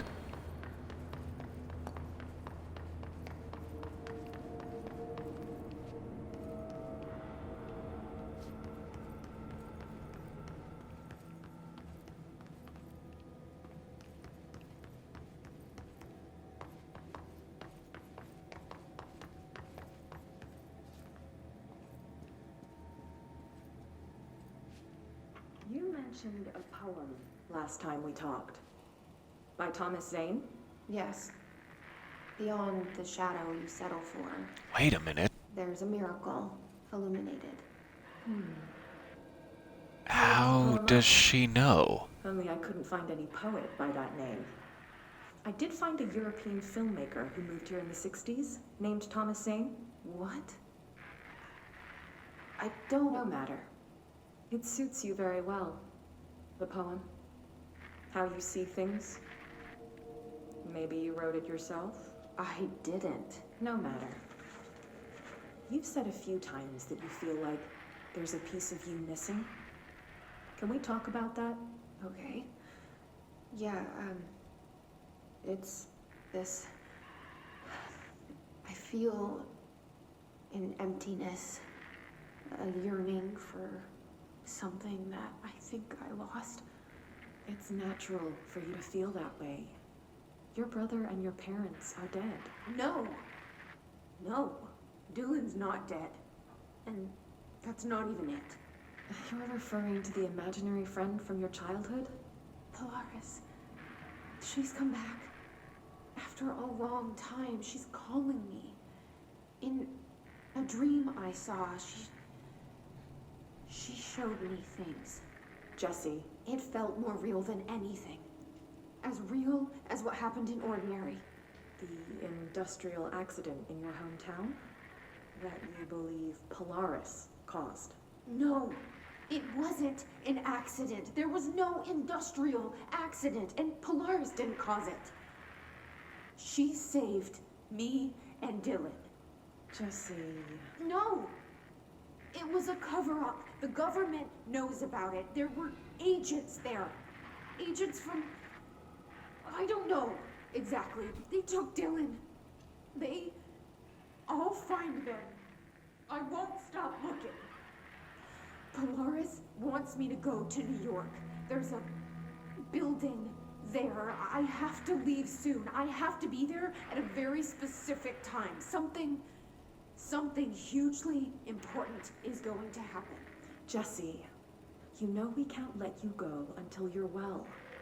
And that begins by understanding what's real Oh, and wow. what's imagined. So not only do we not know how she got to New York, we don't know how she got from from Wyoming to New York. We also don't know how she checked herself out of clearly what was a what's the word? Non-voluntary psychiatric check-in experience. They are in charge of when she is released. So how was she released? There's also something very, very interesting there that I'm not sure how to explain that relates to Alan Wake. I will do my best, but I'm sorry this is going to be badly paraphrased and sort of a spoiler, so spoiler alert ahead of time. She mentioned a poem by Thomas Zane, and the psychiatrist said, I looked that poem up. There is no poet by the name of Thomas Zane. You know, there's a filmmaker from the 60s, but there is no poet Thomas Zane. That's correct. There is no poet Thomas Zane. The psychiatrist is right. Jessie should not know who Thomas Zane is, and I have no idea how she does. Thomas Zane was an author in the original Brightfall incident in 1970, 74, and 76. He wrote his wife back to life after an accident, using the power of Cauldron Lake, which could make his writing come true in a certain way. So his wife had drowned while swimming.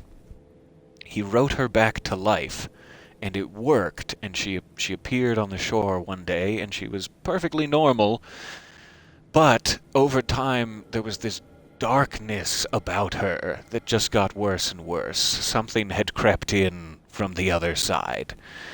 And Thomas Zane slowly began to realize that he had made a mistake. He should never have tried to undo the death of his wife with this power.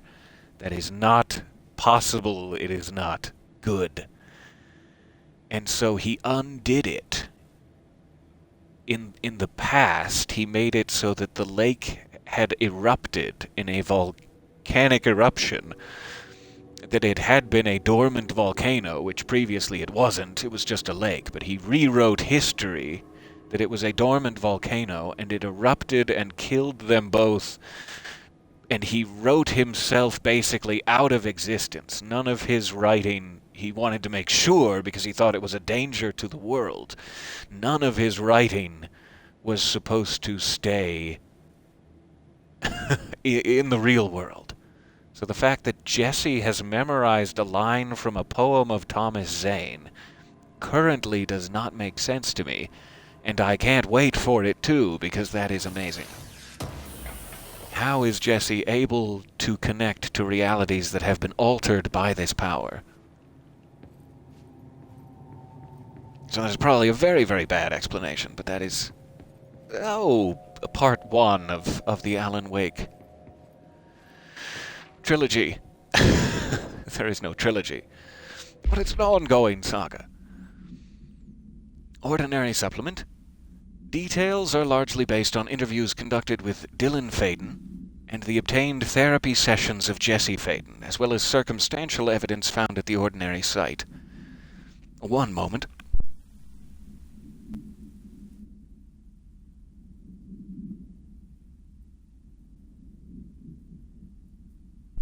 So sorry. Note that accounts provided by all three sources contain conflicting data. Example, Dylan claims there were 8 slides for the projector. Jesse mentioned 9. The Bureau found 1 intact slide and the burnt remains of 6 others.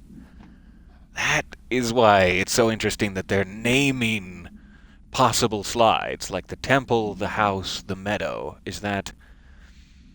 Yeah, so if Jesse's mentioning 9, but they only found the burnt remains of 6, and then 1 intact, means that two of those they've mentioned so far, temple, meadow, house, could still be in existence.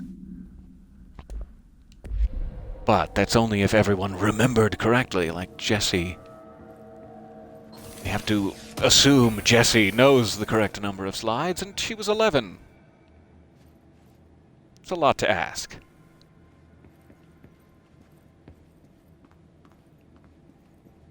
Okay, I keep turning myself around in that room because it's just so plain and ordinary. Wink, wink. Okay, I think we're clear to move ahead. Particularly in this area where every single collectible has been a mind-numbing explosion of new information, I don't want to miss it.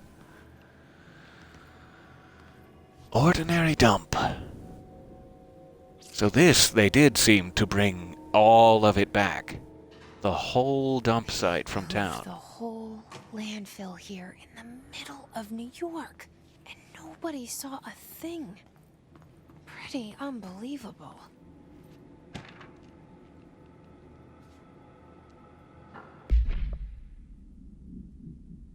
By order of Dr. Darling, all work in the ordinary dump is to stop effective immediately.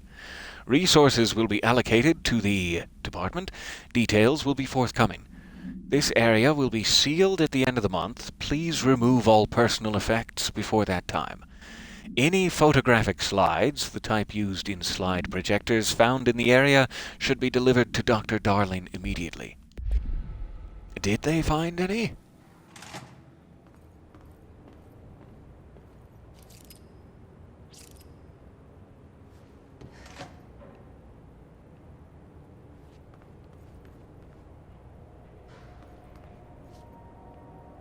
Interesting. I wonder why they have these items set aside. A washer, perhaps a radiator, a microwave, and a tire? Huh.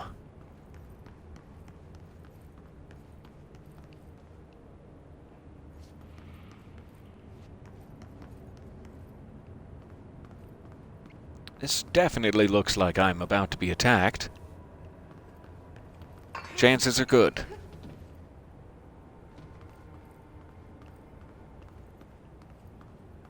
Here's another set. Fridge, hubcap, espresso machine, computer monitor. Let's just be testing them all with rituals in sequence. As is Bureau protocol. That I, as director, subscribe to.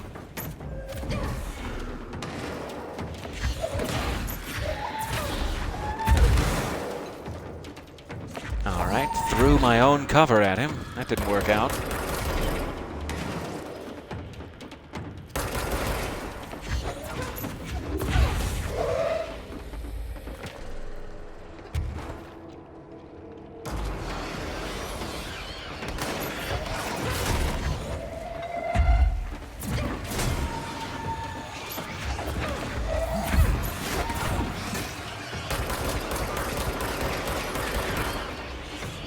Thanks, shield.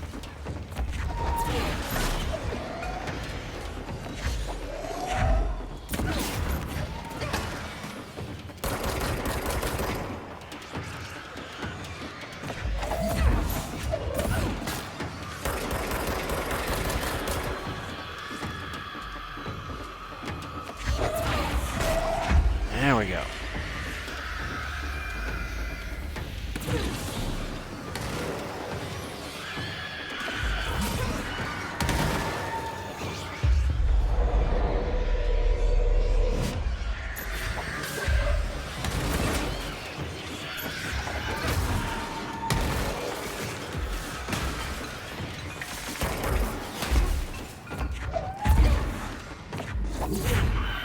Ah, so close to hitting him.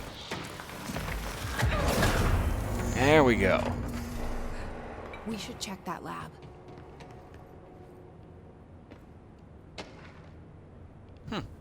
Album cover, hidden very well in the back seat of this car. Old Gods of Asgard, Rebirth.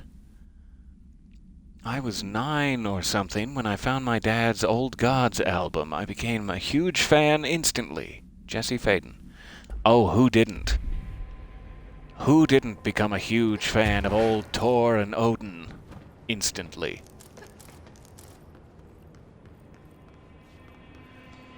Okay, so where else, if it's hidden that well in the back seat of the car, where else have they hidden my album covers?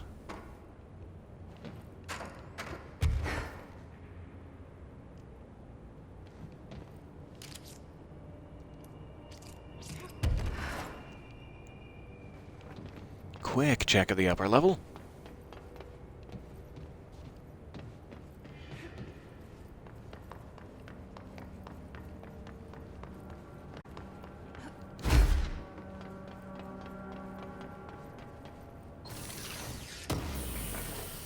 And let's keep the catwalks tidy. We're not living in the forest here, where you can just put tires anywhere you want. Wait, no, I'm thinking of it wrong. Don't put your tires in the forest. I got confused.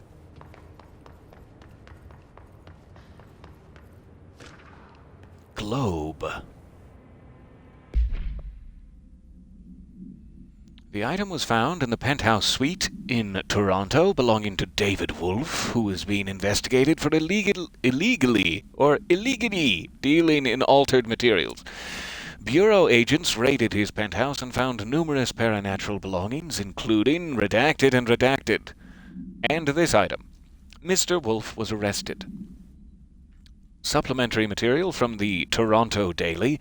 So, why would a 36-year-old Bay Street investment trader, filthy rich, married to a model, disappear overnight? That's the question that's kept Toronto high society up at night this past week. Police say it's being looked into. Some nutjob radio show in the States claims he's disappeared to join the Illuminati, but it's this reporter's opinion that Mr. Wolf, bored of his job, sick of his family, left it all behind to retire in some remote beach paradise. Now he's sipping Mai Tais while the world thinks he's dead. Interesting. The David Wolf Globe. Not sure if that's a name I should be recognizing. I currently don't.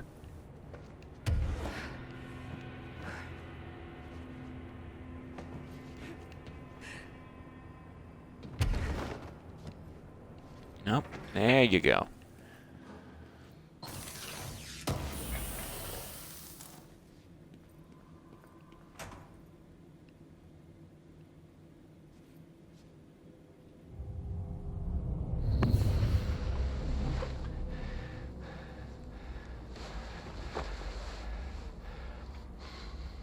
Effective immediately. I'm setting up a new department. Dimensional research in the research sector. Transferring the slide projector there. That's where my focus will be now. The ordinary site remains as is. We'll be back to... I don't know when.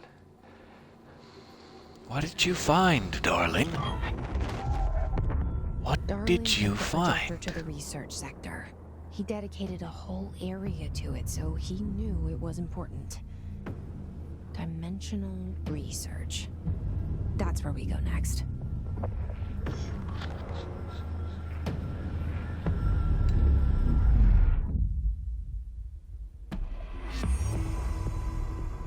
Okay.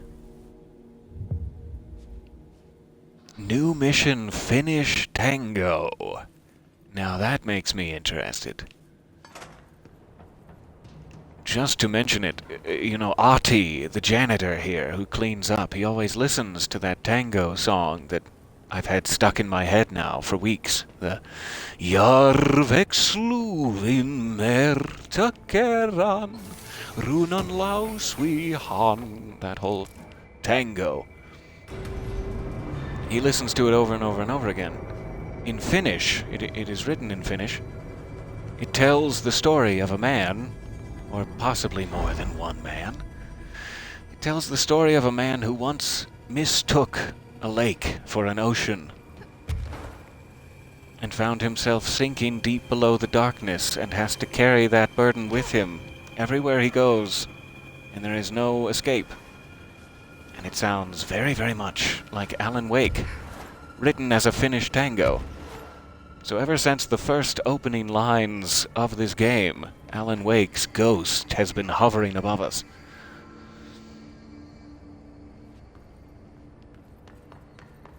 I suppose we can leave this all behind now. I think we've explored everything we're physically able to for the moment. And so I will jump back to... Oh, I guess let's jump to research and see where it wants us to go next. Then I'll end it here before we get too involved. But 1 second, I'll be right back with you.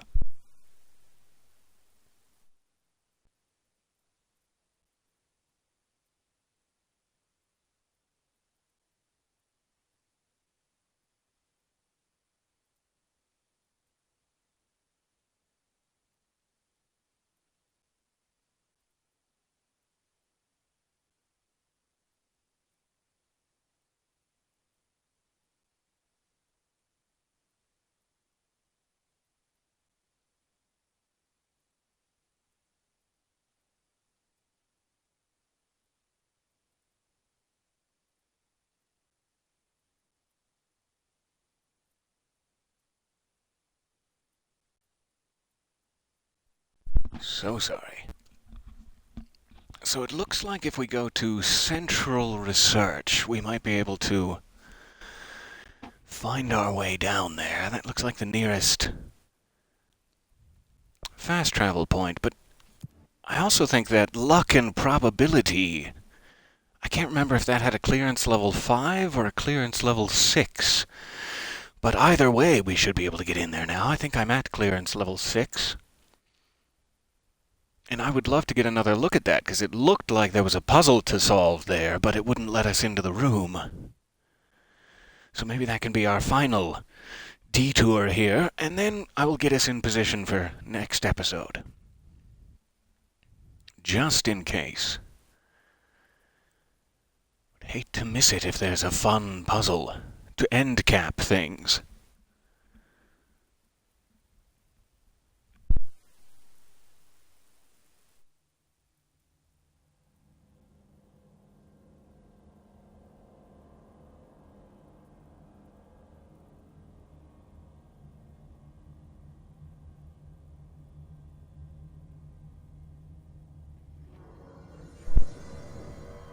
Because I think this fast travel point is like right next to luck and probability, yeah. So there were all these items, these various lucky items out here, and then there appears to be like a roulette table in there, but we couldn't get into this door the first time we were coming through. And it was also like full of guys. Helen Marshall and her ranger team were all camped out in here. Now it's empty. Alright. Clearance level 5, we're going in for the first time. We have something on like every table. That's weird. Ah, must just be the lamp? Don't know what that's for. Okay. So, there is a roulette wheel. There are chips on number 7, it appears. Lucky number 7.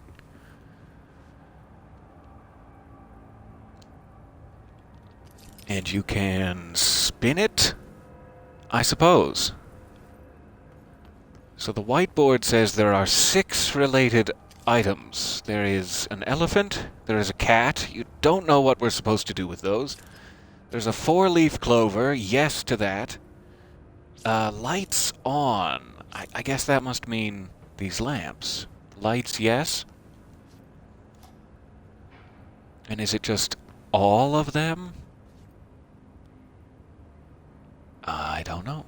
Ah, here's some textual information. Lovely.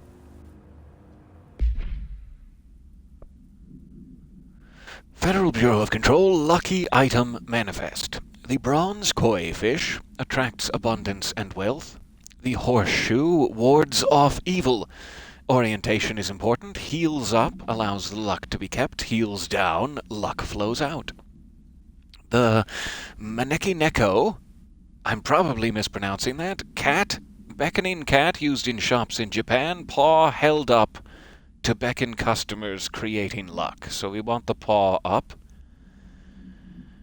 Shamrock, rare plant variation, connections to druidic healing rituals. Elephant, protection, good luck, wisdom. Light bulb. Documented gambling rituals indicate luck is produced when all lights in the room are turned on. Okay. Effects of items to be tested. Consider investigating the orientation of horseshoe, positioning of feng shui objects, proximity of luck items. For more information on ritual, use lucky actions to perform and avoid. On ritual use. Okay. So, all lights in the room on. Let's work on that first. I think that is on, yes. That's good. That's good. That's on. And... okay. So we've got lights.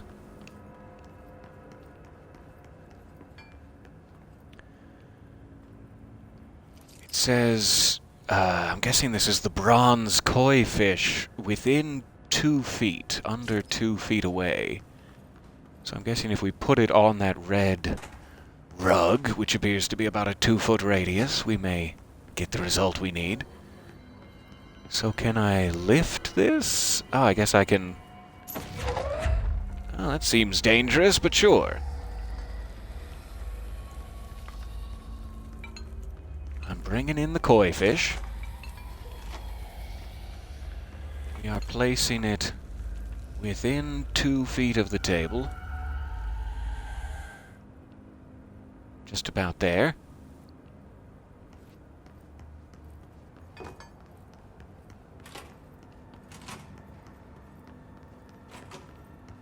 So we have this one. This is like a Newton's cradle over here next to a horseshoe. I think that might just be like a red herring. I don't think it's important. I think only this one is important, and it's already up in the correct luck collecting position. However, I'm not sure about this elephant. It has a question mark, elephant question mark, and all you could do is activate this cradle or not. My gut instinct is don't anger the wise elephant who's trying to give you prosperity. Just stop poking him, is my guess there. It said cat needed its paw up. But maybe it appears like the only thing I can do is have it be beckoning or not. And I think beckoning is what we want. So let me try having that move. And then finally, over here there was a lucky clover. Now it's letting us pluck it. And we'll see if there's a place to put it in here.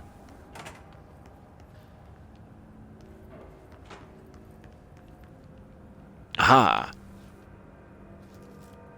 There we go. Clover is placed, and I think that's all the items. Elephant will try it, and if we need to start poking the elephant, we can. Kitty is beckoning.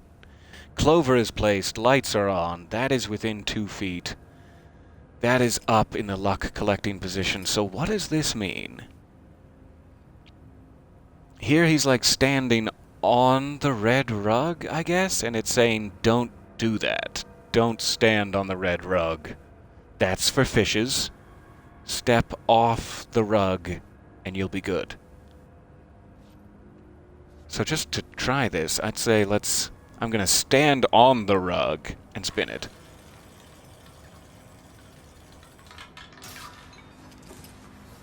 Got a number 6. And a fire extinguisher exploded. That was awesome. So I'm guessing that was the, you shouldn't have stood on the rug. So now let's spin it. While it's spinning, I get off. Oh, wow. I got 2 ability points and it's at a golden suit. So that must be back in my outfits panel. So yes, it landed on 7. And you did correctly affect the luck of the roulette wheel in order to have that happen. That is such a cool little puzzle. And we got an awesome outfit out of the deal. Let's see if we can go check that out. While we're in research, sadly, the only claim point, you'd think you'd be able to go to like this one and change your outfits. I really don't know why you can't, but for some reason you have to go to the Central Executive one. This one does not have outfits as part of it. So we will have to run back to Central Executive, but I'm thinking while we're already in Central Research, I should probably jump down there. I think it must be this floor all the way down here. It's like a cafeteria. I always get lost in research. There's a sign. Dimensional research. So it is all the way up top. I remember seeing that sign when we got stuck in this firefight here. So we had just come out of the elevator, which is 1 level up, I think. Yeah, so there's the sector elevator. I remember being stuck here and seeing these dimensional research signs.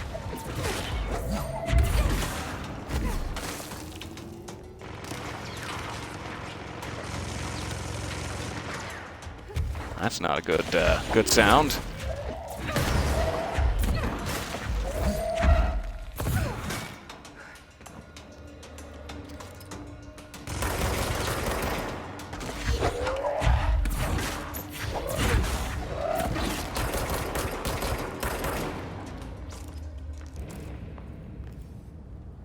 All right.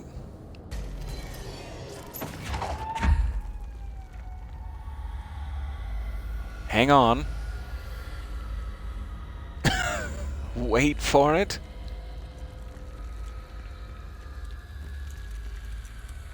Anytime now.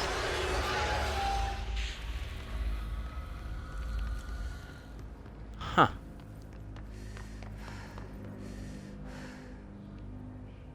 Maybe they're not coming. Maybe they didn't get the memo. Let's take a peek in here.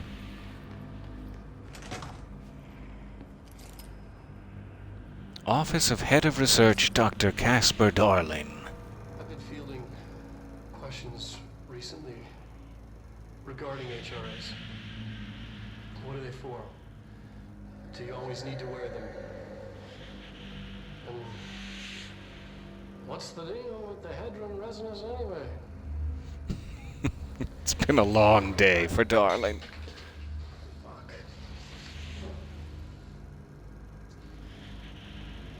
Despite what you may have heard, HRAs are not monitoring devices. We're not tracking your movements. We're listening to your conversations while you're wearing them. You do that regardless whether or not you're wearing Oh, yeah. an HRA. Obviously. Think of them as a life preserver. Only instead of water, the thing HRAs protect you from is classified. One day that classified, not water, might pour in, and you'll be glad you got an HRA keeping you afloat. And if you don't have an HRA, don't worry. It'll be quick and painless. Kidding. He's kidding. I'm kidding. We're making more. Man, those presentations slowly begin to make more and more sense the more you watch them. Now that's an interesting chart behind him there. We'll give it a second. Dear Dr. Darling, I suspect my colleague Dr. Harrington has already contacted you asking for an increase in her department's budget. I'm not surprised. Parapsychology has always been the squeaky wheel, all fuss but no results. Parakinesiology has always been the stronger department. More breakthroughs, more tangible data, more usable research. I'm sure a man of your esteem can plainly see which department is more deserving of the budget increase. Just think what those additional resources could do for an already formidable research team. Anyway, I know you're a fan of single malt, so I left a bottle of well-aged brown on your desk. Yours, in admiration, Dr. Abraham Lewis. So this is a very interesting little chart. There's 3 crossed out, 2 circled, and one of them that leads to another or is replaced by another. If that has any gameplay effect anywhere.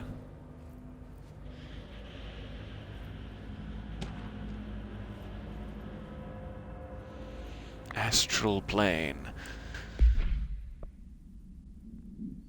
The Bureau has spent years studying why objects of power transport users into the astral plane when touched.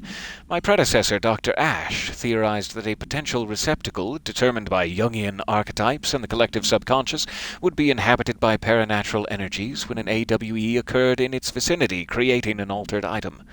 Over time, a link was created by the Redacted and the astral plane to that item, making it an object of power. So many additional theories have been raised since Dr. Ash's time. Objects of power were placed on Earth as tests by some astral entity. Our dimension was once part of the astral plane, and the objects were left behind as its borders receded. The astral plane was an early threshold into the oldest house, but the connection was severed, and now the two are linked solely through the objects of power. I will attempt to disprove some of these in order to thin the herd. Hopefully the truth will emerge. So those are all just theories about the astral plane. We don't know for sure yet. Resonance theory. Resonance. It's there, but we can't see it. It vibrates around us, through us, from us. But what if the vibration is conscious? What could a force like that do? Redacted opened the door to a Redacted I've called Redacted. The Redacted emits a force that is far beyond the forces we've previously dealt with. It has shown me so much that I have to wonder, is resonance the key element in all altered phenomena? AWEs, altered items, objects of power, do they share a common that we've yet to discover? We can harmonize control points. What else would the correct frequency allow us to achieve? What if resonance has been the answer this whole time?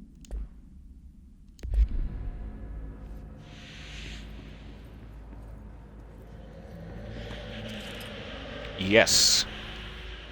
No. What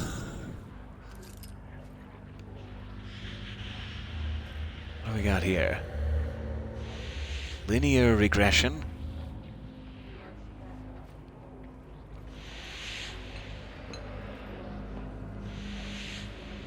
Data.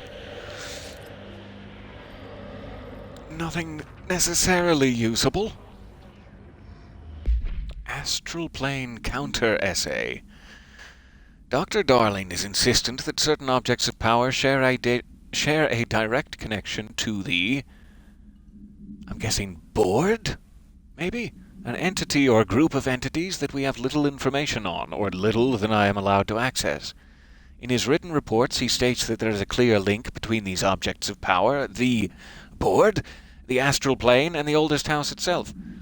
His work supposes these links are innate, a fact ingrained into the very redacted of objects, such as the hotline or the service weapon. But what if these particular objects were never linked, but had that connection forced upon them? Isn't it strange that no other objects of power require such direct contact with the redacted? Isn't it strange that using the service weapon or the hotline will result in grievous harm, or even death, if the user is not the director, or at least worthy of the role? Why do we assume this involvement by the board is a natural fact and not something more redacted? Compiled by Emily Pope. I'm glad you're asking these questions, Emily, because I am as well. I am certain there's something going on with these Newton's cradles. Like some puzzle, some formation of them you need to have active or something. But I haven't figured it out yet. Alright. So is this still blocked?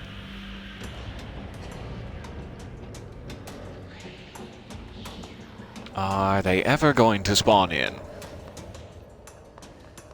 Did they spawn in way down below me? Just as an accident? So many questions. There! I see! Okay, I'll come to you.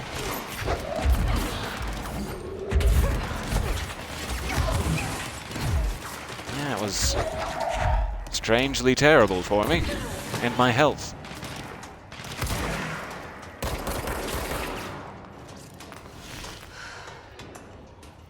As if I did a very poor job in combat.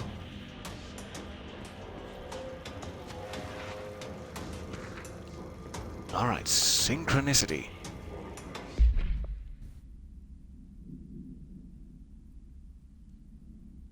Synchronicity is a phenomena long recognized by the wise, but only recently given a name by science. It is how we rationalize events connected by no identifiable causality, yet clearly conjoined in purpose. How does a dream foretell an event in the physical plane? Why do hounds bail at the death of their master, which has occurred miles away? The world is unified in ways we do not yet understand, and sometimes we stumble across these invisible, unseen chords, and we wonder at the result. The visionary Carl Jung laid the road, and now we must walk it. My fledgling research department will make it our mission to reliably reproduce redacted behavior by the close of 1959. Once done, the mechanics of synchronicity will lay themselves bare in due time. We are striding into the future of science. History may not remember our names, but God himself will.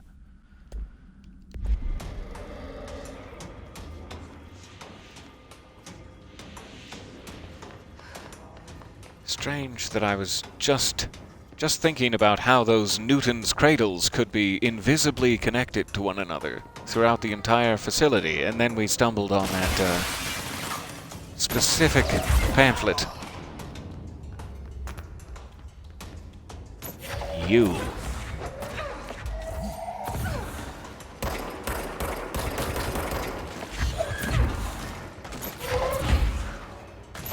Okay, we'll just keep dancing around it. That's fine.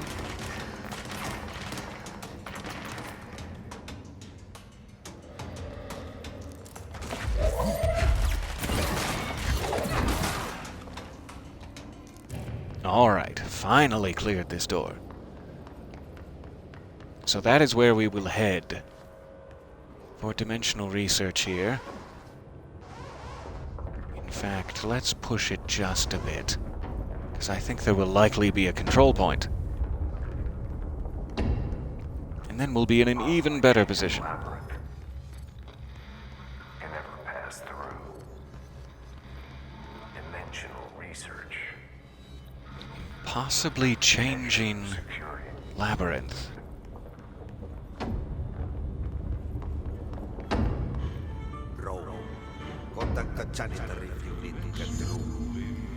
Broken. There's that tango. We need to find Ati. So if you ever have a chance to look up, it's called the Sun Cutting Tango. The lyrics for it in English, rather interesting. The lyrics in Finnish, rather interesting as well. I just can't understand them.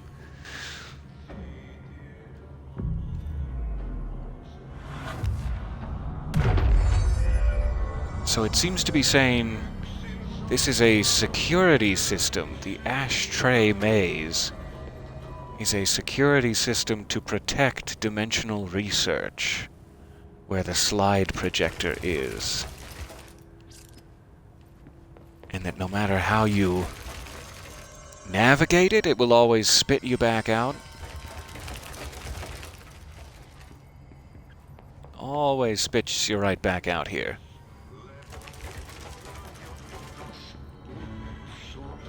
So the janitor is saying, it's broken. Come see me, I can help you fix it. So we will be looking for Ahti next time. But just before we quit out, finally, let us jump back to Central Executive and try that new outfit. As well, we can get a peek at the P7 candidate jumpsuit we picked up, I think. That should give us 3 options now for wearables. And then I will leave you in Central Executive, in the dear care of Emily Pope, and we'll be back to find Ahti the janitor to get us through the Ashtray Maze to dimensional research next time. Oh, I made it. I made it to the other side of that sentence.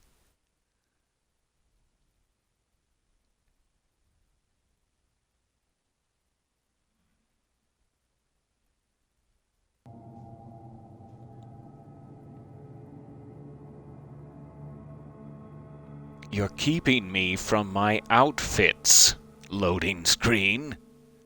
You're keeping me from my fashion montage.